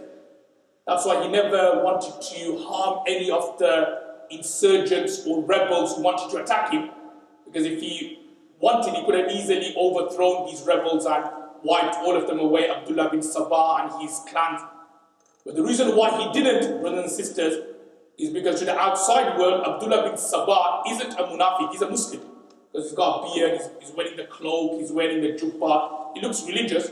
So to the outside world, it will give them impression that Uthman is killing his own people. But everybody knows, no, he's not one of us, he's a munafiq, he's a hypocrite. But because of that reason, because of ittihad and togetherness, Uthman anhu never shed anyone's blood, never did he harm anyone. So now as I was saying that Uthman anhu, greatest achievement to compile the Holy Quran. Now let's have a look at what I mentioned there in the notes on the slide. So as I was explaining, again we touched on this story quite a few times. I didn't look at it in detail at Abu Bakr anhu's time, briefly in Umar anhu's time. So I'm just going to repeat the main points of the story again, that during Rasulullah's time, the Quran was scattered on papers, tablets, palm leaves, stones and other materials. So in other words, during Rasulullah's time, the Quran wasn't put or made into a book format. So there wasn't actually a book format with binds at the beginning and pages of Quran in the middle. It wasn't like that. They were just like papers here of certain surahs, tablets there of certain surahs, stones there, bamboo sheets there of certain surahs, and that's how the Holy Quran was. It's more like, think of it to be scattered. Now don't get me wrong, brothers and sisters, that I don't want you to think, oh, the Quran was written afterwards. No, it was written during Prophet ﷺ's time. Because again, non-Muslims think oh, the Quran came afterwards. You know, sometimes when you debate, or not debate, but when you speak to non-Muslims, they'll say, oh yeah, the Muslims, they talk about the Quran was revealed during Prophet ﷺ's time. Actually, they say, oh well, no, it came about in Uthman Anhu's time. And they try to use that as a thing to say that the Quran isn't God's word because it was compiled by Uthman Anhu. No, the Quran was written during Prophet ﷺ's time. But the difference was that it wasn't in a book format. You just think of it to be like notes you make in the course. The notes will be all over the place, but then afterwards, you may then want to compile it, put it into a book. Or notes, say you make in universities or whilst you're a student. So it's all over the place. What I mean, that one paper's here, one paper's there, one paper's in this folder, and then you bring it together and then you make the notes neater. So think of it to be like that, brothers and sisters, that the Quran was written. All the surahs were written. From Surah Fatiha all the way to Surah An-Nas.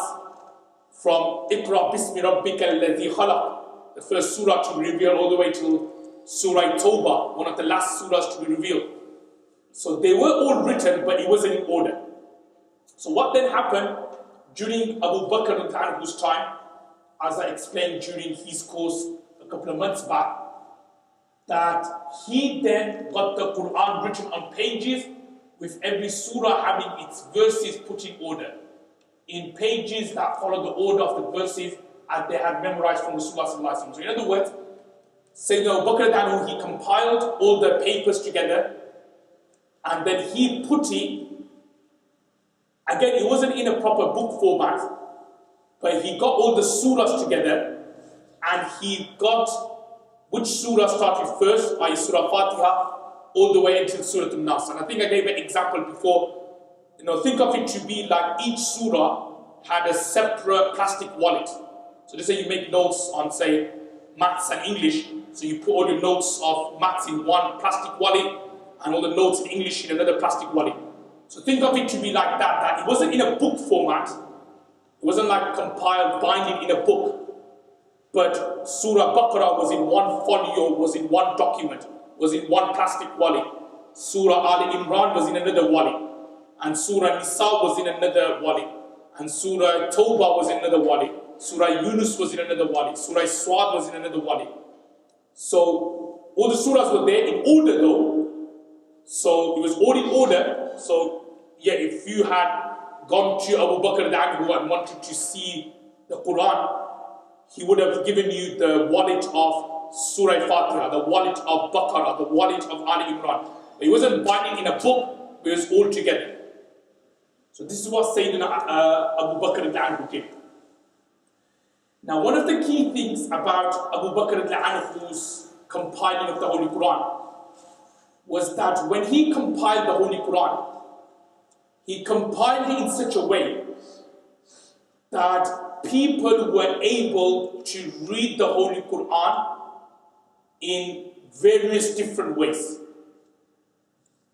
Now, I don't want to go into detail, but there's a very famous hadith of Sahih al-Bukhari, Sahih Muslim, that Prophet ﷺ said that إِنَّ الْقُرْآنَ أُنزِلَ عَلَى سَبْعَةِ أَحْرُفٍ, that the Holy Quran was revealed in 7 different recitations, 7 different ways, in 7 different recitations. So in other words, brothers and sisters, you could read the Holy Quran in 7 different ways. Now, Abu Bakr al-Anhu's compiling of the Quran was such that you could read it in 7 different ways, which was nothing wrong with it. But the problem was, and this is why Uthman al-Anhu had to compile the Quran again, was that during Uthman al-Anhu's time, because the Islamic government had spread to various other parts of the world, to Armenia, Azerbaijan, which is more near Russia, near the Balkan, around that side, you know, Latvia, all these places, modern day Latvia, all these places. So the Islamic government spread all the way up to there. Now what happened was, Huzaifa bin Yaman al-Anhu, who was the general in charge of the Battle of Azerbaijan and Armenia, after the Muslims conquered those 2 countries, Huzaifa bin Yaman al-Anhu started seeing people criticizing each other, doing takfir of each other when one Sahabi or one person was reading the Quran different to that other Sahabi. Because the Quran was, as I was saying to the brothers just now, because it was revealed in such a way that you could read it in 7 different ways. So each way was correct. Each way is correct. It's like one opinion, or we say Imam Abu Hanifa's got one opinion, Imam Shafi's got another opinion. So if you're a Hanafi and you want to follow the Hanafi way, yes, we say this opinion is correct. If you're a Shafi and you want to follow the Shafi way, that's also correct as well. So there were 7 ways of reading it, each way was correct. But the problem is that this is what happens when people don't have knowledge. That then they started doing takfir of, no, you're wrong, I'm right. Like it happens now. Like, these are all differences of opinions. Like Imam Shafi says this, Imam Hanifa says that, Imam Malik says this, Imam Ahmad says this. These are all differences of opinion. So you could act upon whichever one you want, you're right. But the problem is that when then some people then start saying, no, you're wrong, Akhi, you're wrong, then that's where the problem starts. That's where the ikhtilaf starts. You can't call people wrong. So if Imam Hanifa or a Hanafi is saying to a Shafi, no, Akhi, you're wrong, then that's incorrect. So this is what was happening, brothers and sisters, that you could have read the Holy Quran 7 different ways. But people, through lack of knowledge, will start saying, no, this is wrong, Akhi, you're wrong, you're a kafir, this and that, you're reading it wrong, all these kind of things. And people were causing a lot of problems in that way. So Huzaifa bin Yaman anhu, he brought this to Sayyidina Uthman anhu's attention, and he said to Sayyidina Uthman anhu that we should compile the Holy Quran. Again, the Holy Quran was compiled, as I mentioned before, that he called Sayyidina Zayd bin Thabit anhu. He was made in charge of the committee to compile the Holy Quran. As already explained, that Uthman anhu, a great wisdom he had, that when people had qualities in them, he used them for the right duties, for the right responsibilities, and he gave Zayd bin Thabit anhu the responsibility to compile the Holy Quran a second time. Why? Because he was a Katib al-Wahi. He wrote down the Wahi during Rasulullah's time. He was a Hafiz al-Quran, and he also compiled the Holy Quran during Abu Bakr's time. And if we then move on to the next point, he goes and explains, well, what's the difference then between Abu Bakr anhu compiling the Holy Quran and Uthman anhu compiling it? Like, what's the difference? So it's mentioned there that Uthman anhu compiled it in just one dialect. In Abu Bakr anhu's time, you were able to read the Holy Quran in 7 different ways. But in Uthman anhu's time, there was only one way of reading it. And that's why whether you pray Salah behind an Imam in Birmingham, or whether behind an Imam in Australia, whether behind an Imam in America, the Surah Fatiha he will recite will be, well, more or less the same. Well, you hope he will, more or less the same as the way we recite Surah Fatiha here. Alam tara kayfa fa'ala rabbuka bi ashabil fil, for argument's sake, would be more or less the same. Obviously, recitation may be either beautiful or not so beautiful, or tajweed level may be either good or poor, but what I mean is that the alfaz or the hurufs and the harakats would be the same wherever you are in the world. So whether you're in China, whether you're in Japan, whether you're in Africa, whether you're in Asia, whether you're in America, whether you're in the North Pole somewhere with the Eskimos, the Quran will be exactly the same way of recitation. So this is one of the greatest achievements of Sayyidina Uthman ibn Anhu, that he gathered everyone, the Ummah, united the Ummah on one recitation of the Holy Quran.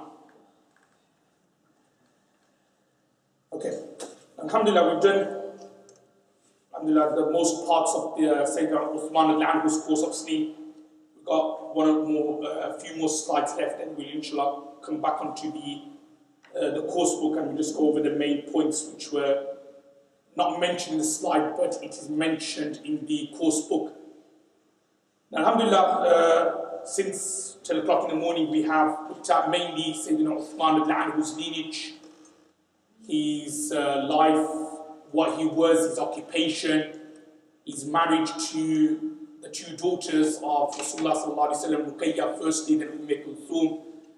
We talked about why he didn't go for the Battle of Badr, why he fled the Battle of Uhud, and also why he was absent from Bay'atul Ridwan. We then went on to mention how he was during Abu Bakr al-Anhu's time, how he was during Umar al-Anhu's time. We then looked at how he was selected or nominated to be the next Khalifa of Islam, how he dealt with the people, his policies, how he dealt with the governors, his characteristics, his piety, his zuhd, and just now the greatest achievement of his time, i.e. compiling the Holy Quran into one dialect and into one book. Now we're going to move on to the, you could say the next main important part of Sayyidina Uthman al-Anhu's life. It's that part of his life where there is a lot of what we call fabrications, a lot of basically what we call stories. Some unfortunately are from Shia sources, some are from Rawafid sources, some are Khawarij, rebel, made up. And this is where a lot of people unfortunately get mixed up and they're not sure exactly what is the truth and what is the haqq and what exactly happened regarding Sayyidina Uthman al-Anhu's all of a sudden change that his people martyred him. Because unlike Umar al-Anhu, who was martyred by a non-Muslim, a Persian slave, Abu Lu'lu, obviously non-Muslims, there's no borosa, there's no trust. You know, it could be so that if you're a leader, the enemies will always attack you. But the problem here, and this is where the confusion people have, is that, well, it was actually his people who martyred him. It was actually his people who overthrew him and martyred him. So that leads to a lot of questions that why all of a sudden, as Uthman al-Anhu being the people's choice, remember all of people of Medina Munawwara and the overwhelming Islamic state wanting to be the Khalifa. So why was it that in a matter of say 6 years, when he was the people's choice to be the Khalifa, now he was not wanted to be a Khalifa anymore? Now Uthman al-Anhu's government or his Khilafat lasted for 12 years. The first 6 years was all good, no problems, no issues. But it was the last 6 years, that's when Sayyidina Uthman al-Anhu's Khilafat was beset with problems and with issues and with difficulties. And inshallah we'll look at later how all these difficulties started. But before we look at what happened exactly, I just want to mention a few things about fitan, or trials and tribulations. And what I want to say firstly is that it has been the practice of the pious predecessors, the early Salafus Salihin, that they don't really talk about or touch about the issue of Sayyidina Uthman al-Anhu's martyrdom, and nor do they talk about Ali al-Anhu and his various battles, the Battle of Jamal and the Battle of Siffin, which happened with Aisha al-Anha and Muawiyah al-Anhu respectively. They don't really talk about it. And the reason why they don't talk about it is not because they don't know anything about it. It is because it has been the practice of the Salaf that, disagreements amongst the Sahabas, they left it turika ala hali or ala hali. They left it to them. In other words, look, they're Sahabas, they're companions. It's best that we don't talk about it. Why? Because if we talk about it, we may degrade the honor and the dignity of one Sahaba. And Prophet ﷺ said that all Sahabas are pious, and it is the belief of the Ahl Sunnah wal Jama'ah that all Sahabas would be granted Jannah and paradise. Yep, all Sahabas will go Jannah.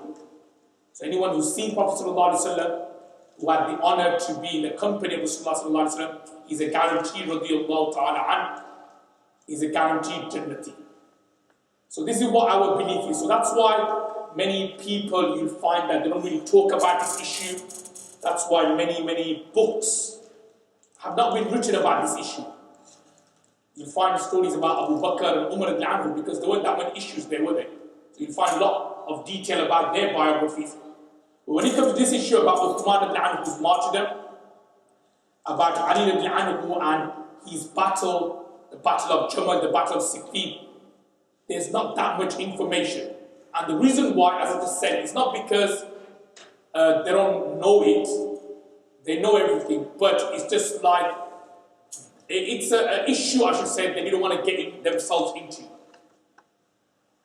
Now, the problem then is that, and we're facing this kind of problem now, is that if someone doesn't actually explain the haqq to the people, nowadays with internet and that around, with Shia sources around, we do hear about the stories of Uthman and Ali al-Anhu, but we normally get the Shia point of view. And Shia point of view, obviously, they're not reliable. Most of them are fabrications. So that's why it's important, I feel, for our ulamas from a Sunni background to basically give some kind of a thorough explanation about what do the Ahl Sunnah wal Jama'ah say of the issue of Sayyidina Uthman al-Anhu about his martyrdom, the fitan which led to his martyrdom, about the battle of Jamal, the battle of Siffin during Sayyidina Ali al-Anhu's time. Obviously, this will be a topic which we look at, the battle of Jamal and Siffin during Sayyidina Ali al-Anhu's course later on in the month. Now, before we look at the hadith, before we look at the notes which are on the slide, there's a very famous hadith about fiqh. I'm sure you must have heard this hadith before. Hadith of Sahih al-Bukhari. And the hadith of Sahih al-Bukhari explains that once Huzaifa bin Yaman, radiyallahu ta'ala anhu, and he was an expert when it came to the topic of fitan, like mischief, turmoil. Because Prophet ﷺ told Huzaifa bin Yaman the fitnas which will lead to Uthman ibn Anhu's martyrdom. He told Huzaifa bin Yaman ibn Anhu that this will happen, this will happen. So it's mentioned in a hadith that, obviously the longer hadith, but once Umar ibn Anhu asked Huzaifa bin Yaman ibn Anhu about the fitna, Tamuju kamawjil bahr, which will surge like the surging of waves. So Huzaifa bin Yaman ibn Anhu responded by saying that, O Umar, between you and the fitna there is a door. Between you and the fitna there is a door. So Umar then asked Huzaifa bin Yaman that yuftah am yuksar. Is the door going to be open or is it going to get broken? So Huzaifa bin Yaman said, O Amirul Mu'mineen, the door's going to get broken.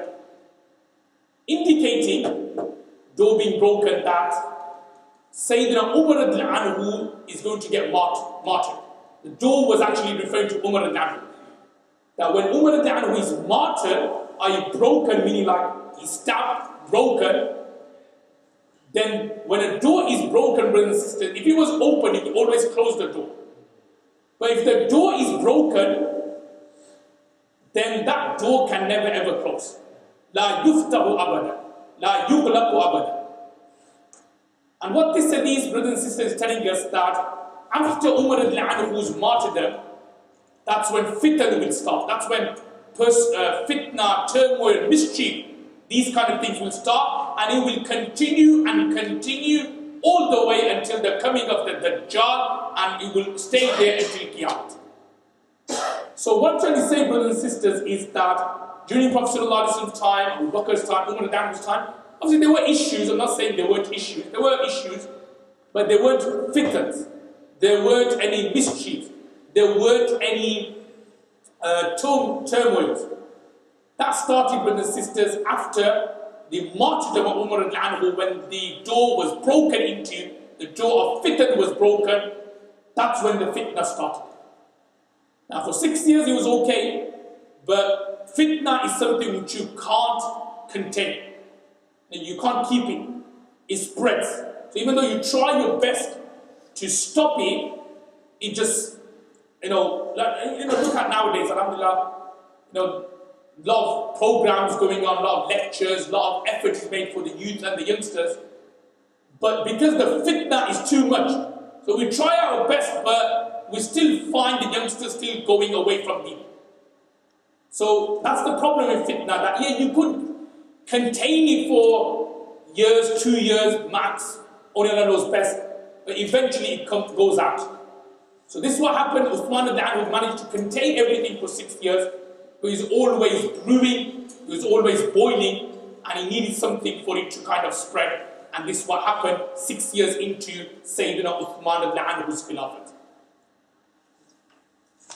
And just a couple of things, a couple of notes I made there. That Rasulullah ﷺ talked about fitr. And he wanted to prepare the ummah so that it would be ready to cope on the day when these events happen. So like with Day of Judgment, Rasulullah ﷺ mentioned that, okay, I don't know when Day of Judgment is, but I could give you the signs. The Prophet ﷺ mentioned the signs will be the Khuruj al-Dajjal, Nuzul Isa alayhi salatu wassalam, the sun rising from the west. All these signs were given so that people can prepare.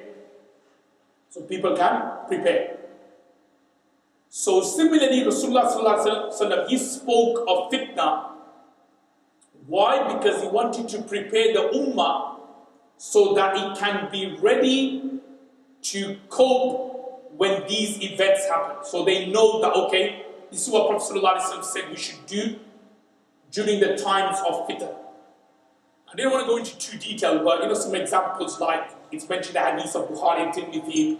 Rasulullah sallallahu alaihi wasallam said when fitna happens, in particular when Uthman al-Anhu martyrdom happened, then don't get involved. Like Hazrat Ali al-Anhu's ikhtilaf or differences with Hazrat Aisha and with Hazrat Muawiyah. Prophet sallallahu alaihi wasallam said not to get involved. So these were the advice Prophet sallallahu alaihi wasallam gave. So he talked about fitna so that people can be ready and cope on the day when these events happen. Number 2, the hadith of Prophet ﷺ also mentioned about fitan explains to us those who will stir this fitna up, i.e. the hypocrites. So Prophet ﷺ was quite clear that this fitna, brothers and sisters, will not be stirred up by genuine mukhlis believers, sincere believers, but it will be stirred up by the hypocrites and the munafiqs. And the next point to jot down here, a few things about fitnas and also what happens when there's fitnas. Like, when there's mischief and turmoil, what exactly happens? So it's mentioned that fitna, it is a decree from Allah in all nations and in this ummah until the end of time. So going through persecutions, mischief, these things being tested by Allah subhanahu wa ta'ala regarding your deed, regarding your piety, spirituality, it goes on to explain that this is something which is a decree from Allah subhanahu wa ta'ala. Allah has decreed that every ummah will go through this, and because this ummah, the ummah of Muhammad Mustafa sallallahu alaihi wasallam, is the final ummah before the end of time, hence this ummah will also be facing this as well. Another point I want to mention about fitna here, brothers and sisters, is that fighting or even ikhtilaf amongst Muslims is inevitable. This is something which Prophet ﷺ prayed, but this prayer was not accepted. Prophet actually prayed to Allah, "Oh Allah, can you stop Muslim infighting?" So Prophet ﷺ then said to the Sahabas that, "I prayed to Allah to stop this, but Allah did not accept the dua." So what I'm trying to explain here, brothers and sisters, is Muslim infighting or ikhtilaf is something which is inevitable. It's always going to happen. And we're seeing this nowadays in Syria and all these other places, Egypt, Libya, civil wars, unfortunately, between Muslims, it's going to happen. It's inevitable. And this will actually further increase, brothers and sisters, before the end of time. On the sign of the day of judgment will be, and there will be more fighting, more bloodshed, more quarrels. So, this is something which is inevitable. But what we have to do is that we should understand the causes of this fighting in order to avoid them and strive to extinguish the flames of fitna. What I mean by that is that where there's difference in opinions or where there's fighting going on, we need to realize or we need to find out what exactly are the causes and then try our best to then alleviate and extinguish the fitna. And as I explained, brothers, before that, unfortunately what happens during that time is that because when there's a difference of opinion, then as a kind of punishment, Allah subhanahu wa ta'ala puts it into the other person that he's on the right. So even though he's blatantly on the wrong, but he becomes stubborn that he thinks he's on the right. So that's why he's never willing to accept what the other party is saying, and that leads to further problems. Number 3, a third point about fitna, brothers and sisters, is by the mercy of Allah, fitan will cause their sins to be forgiven in this world, and the fighting and turmoils that befall them are a means of expiation for the sins. So, when Muslims of this ummah are going through difficulty, so what I'm trying to explain, brothers and sisters, is that this will be a form of expiation for the sins. Another point about fitna, number 4, is at times of fitna, some people, they sell their religion for some worldly gain, and the situation is controlled by whims and desires and confusion. So this is mentioned in the hadith of Sahih Muslim, that Rasulullah sallallahu alaihi wasallam has said that a time will come, i.e. fitna will come to this ummah, كَقِطَعِ اللَّيْلِ الْمُظْلِمِ, like a piece from a dark night. In other words, there will be such bad and evil fitna engulfing the Muslim ummah. And it will be so bad, brothers and sisters, as mentioned in the hadith of Sahih Muslim, يُصْبِحُ الرَّجُلُ مُؤْمِنًا وَيُمْسِي كَافِرًا, that in the morning he will wake up as a believer, and in the evening he will become a disbeliever. Or وَيُمْسِي مُؤْمِنًا وَيُصْبِحُ كَافِرًا, or in the evening he retired to bed as a believer, or when he wakes up in the morning he's become a disbeliever. That's how bad it will be. And again, some of you may be thinking, well, what's Mufti Saab saying? We actually see this now. People are actually in the morning, within our own city, by the way, brothers and sisters, within Birmingham, brothers and sisters in the morning are believers, by night they've changed their religion. They become atheists, they become Christians, they become this, they become that. So that is so bad, the fitna will be, that people will sell their religion, literally sell their religion. They're going through difficulties, they'll sell their deen for money.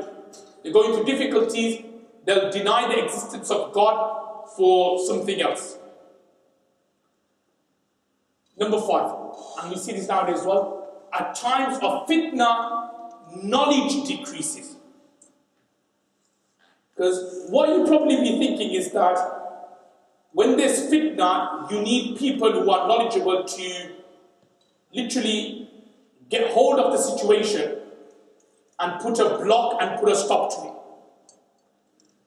Yep, when you see like things going on which are wrong, you need the leaders to basically take it by the scruff of the neck and say, stop it. Don't do that. This is wrong, this is haram. You're causing problems, you're stirring. That's what you need. But the problem, brothers and sisters, is why nothing happens is first and foremost, knowledge decreases. How? Either by number one, the ulamas passing away. So those who had knowledge of fitan, those who knew this is wrong and haram, they've left this world. So there's no one telling that person, this is haram, this is forbidden, what you're doing is wrong. So when no one's telling them, obviously people who are in wrong will continue doing wrong. And as I just explained to you 5 minutes ago, that when fitna happens, people are not willing to accept they're on the wrong. So it could be some politics in a community, some issues in a community, where you get two groups. The one who are on the wrong, they'll continue in the wrong. Why? Because either no one's telling them that they're on the wrong, or even if someone is telling them that they're on the wrong, they're too stubborn to accept it. So that's what happens in fitna. And as I said before, like, naturally when people go through fitans or haram things or wrong things, naturally knowledge decreases. Naturally, ilm and knowledge decreases from them. So that's what happens. This is one of the punishments, if that makes sense, brothers and sisters, that if you are knowledgeable, if you are dhu ilm, if Allah has blessed you with some knowledge, when you get involved in haram, when you start getting involved in fitan and in turmoils and stirring and causing politics and issues, the first thing which will disappear from you will be ilm and will be knowledge.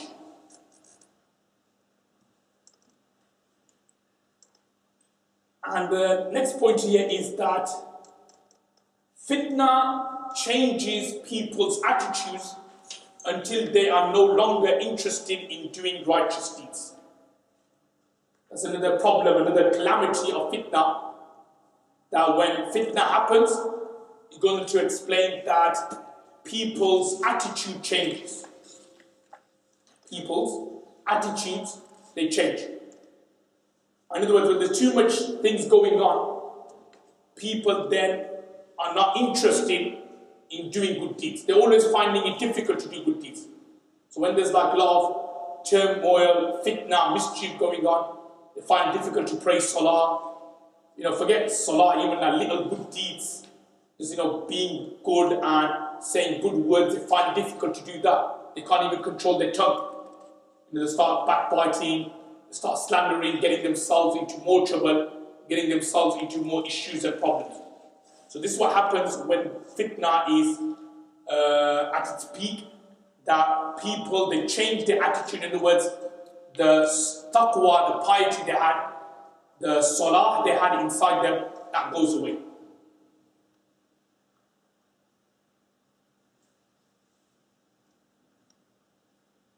Now the next paragraph or so, inshallah, we'll just quickly look at before Salatul Asr, gives us a few reasons, like what happened during Sayyidina Uthman radiallahu time. Now Sayyidina Uthman radiallahu ta'ala anhu, as I was explaining before, the first 6 years of his government or his leadership was good. There weren't any problems. But it was the last 6 years which led to problems. And that leads to a question regarding why were there problems in the last 6 years of Sayyidina Uthman radiallahu anhu's khilafat? Why was that? Now, in front of you on the slides, I've just mentioned a few reasons why Uthman radiallahu anhu's khilafat suddenly, which was flourishing and good, became such that people then started going against him. Now, the first reason is that during Uthman ibn Anhu's time, Deen was spreading.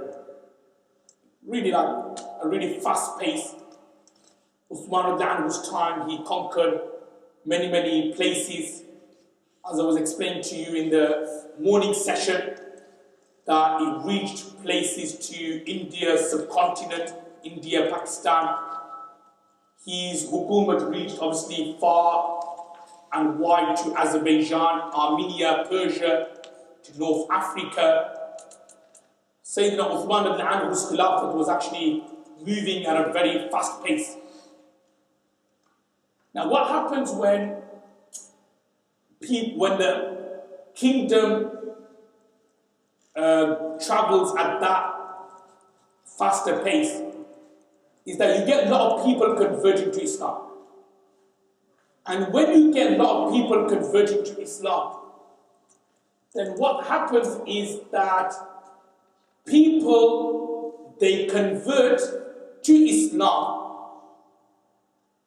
with their social background, with their customs, with their cultures.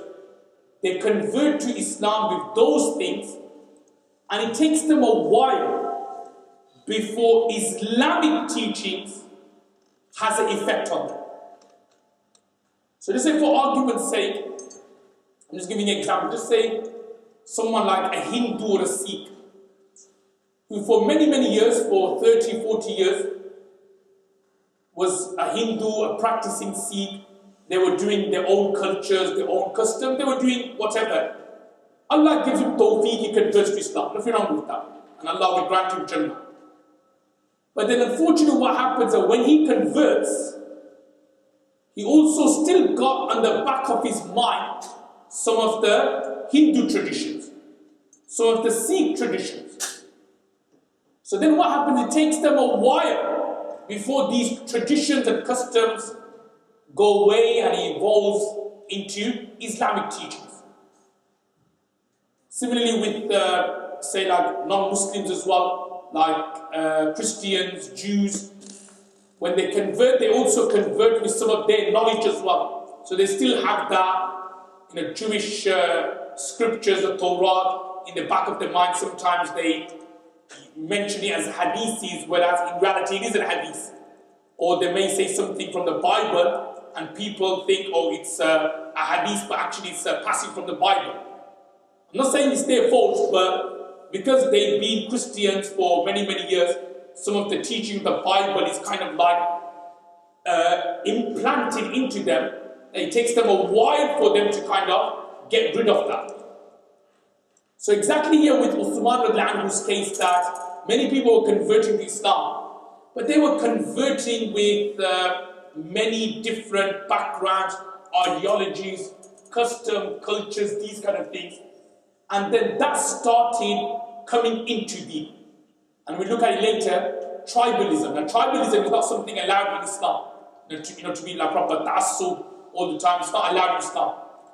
But when people were converting to Islam during Uthman ibn Anhu's time, because, remember, you need to understand that many, many years had passed after the passing of Rasulullah sallallahu alaihi wasallam. So people were converting to Islam. Yeah, they were saying the kalima, but they still had that tribalism thing there. They still had that Banu so-and-so thing in there. Banu so-and-so, or such and such a tribe, such and such a clan, still inherent inside them. So that all, leads towards problems later. Number two, another reason. This led to many people who were ignorant coming to Islam, but distorting the teaching with cultural and customary interferences. In other words, many people were then converting to Islam, but these people, they had very little knowledge of Islam and Deen. Whatever they understood from culture and customs, they used that. Another reason for Sayyidina Uthman ibn Anhu's Khilafat facing problems, brothers and sisters, is that many of the Sahabas had passed away. Many of the Sahabas and the companions passed away. And the third ruling I'll just mention, then we take a small break, is that Uthman anhu, he came after Umar anhu, which basically means that Umar anhu, as I mentioned before, he was very, very soft, aggressive, very straightforward, very blunt. So when Uthman anhu's khilafat was after Umar anhu's khilafat, then people found him to be very soft and lenient, and in that way they took advantage. We'll continue with these points again after Salatul Asr. It was a longer session now. So Salatul Asr is, I think, as 4:30. Inshallah, we'll continue after 4:30 and 4:45. Allah, just go fi kuma alayna. Assalamu alaikum wa rahmatullahi wa barakatuh.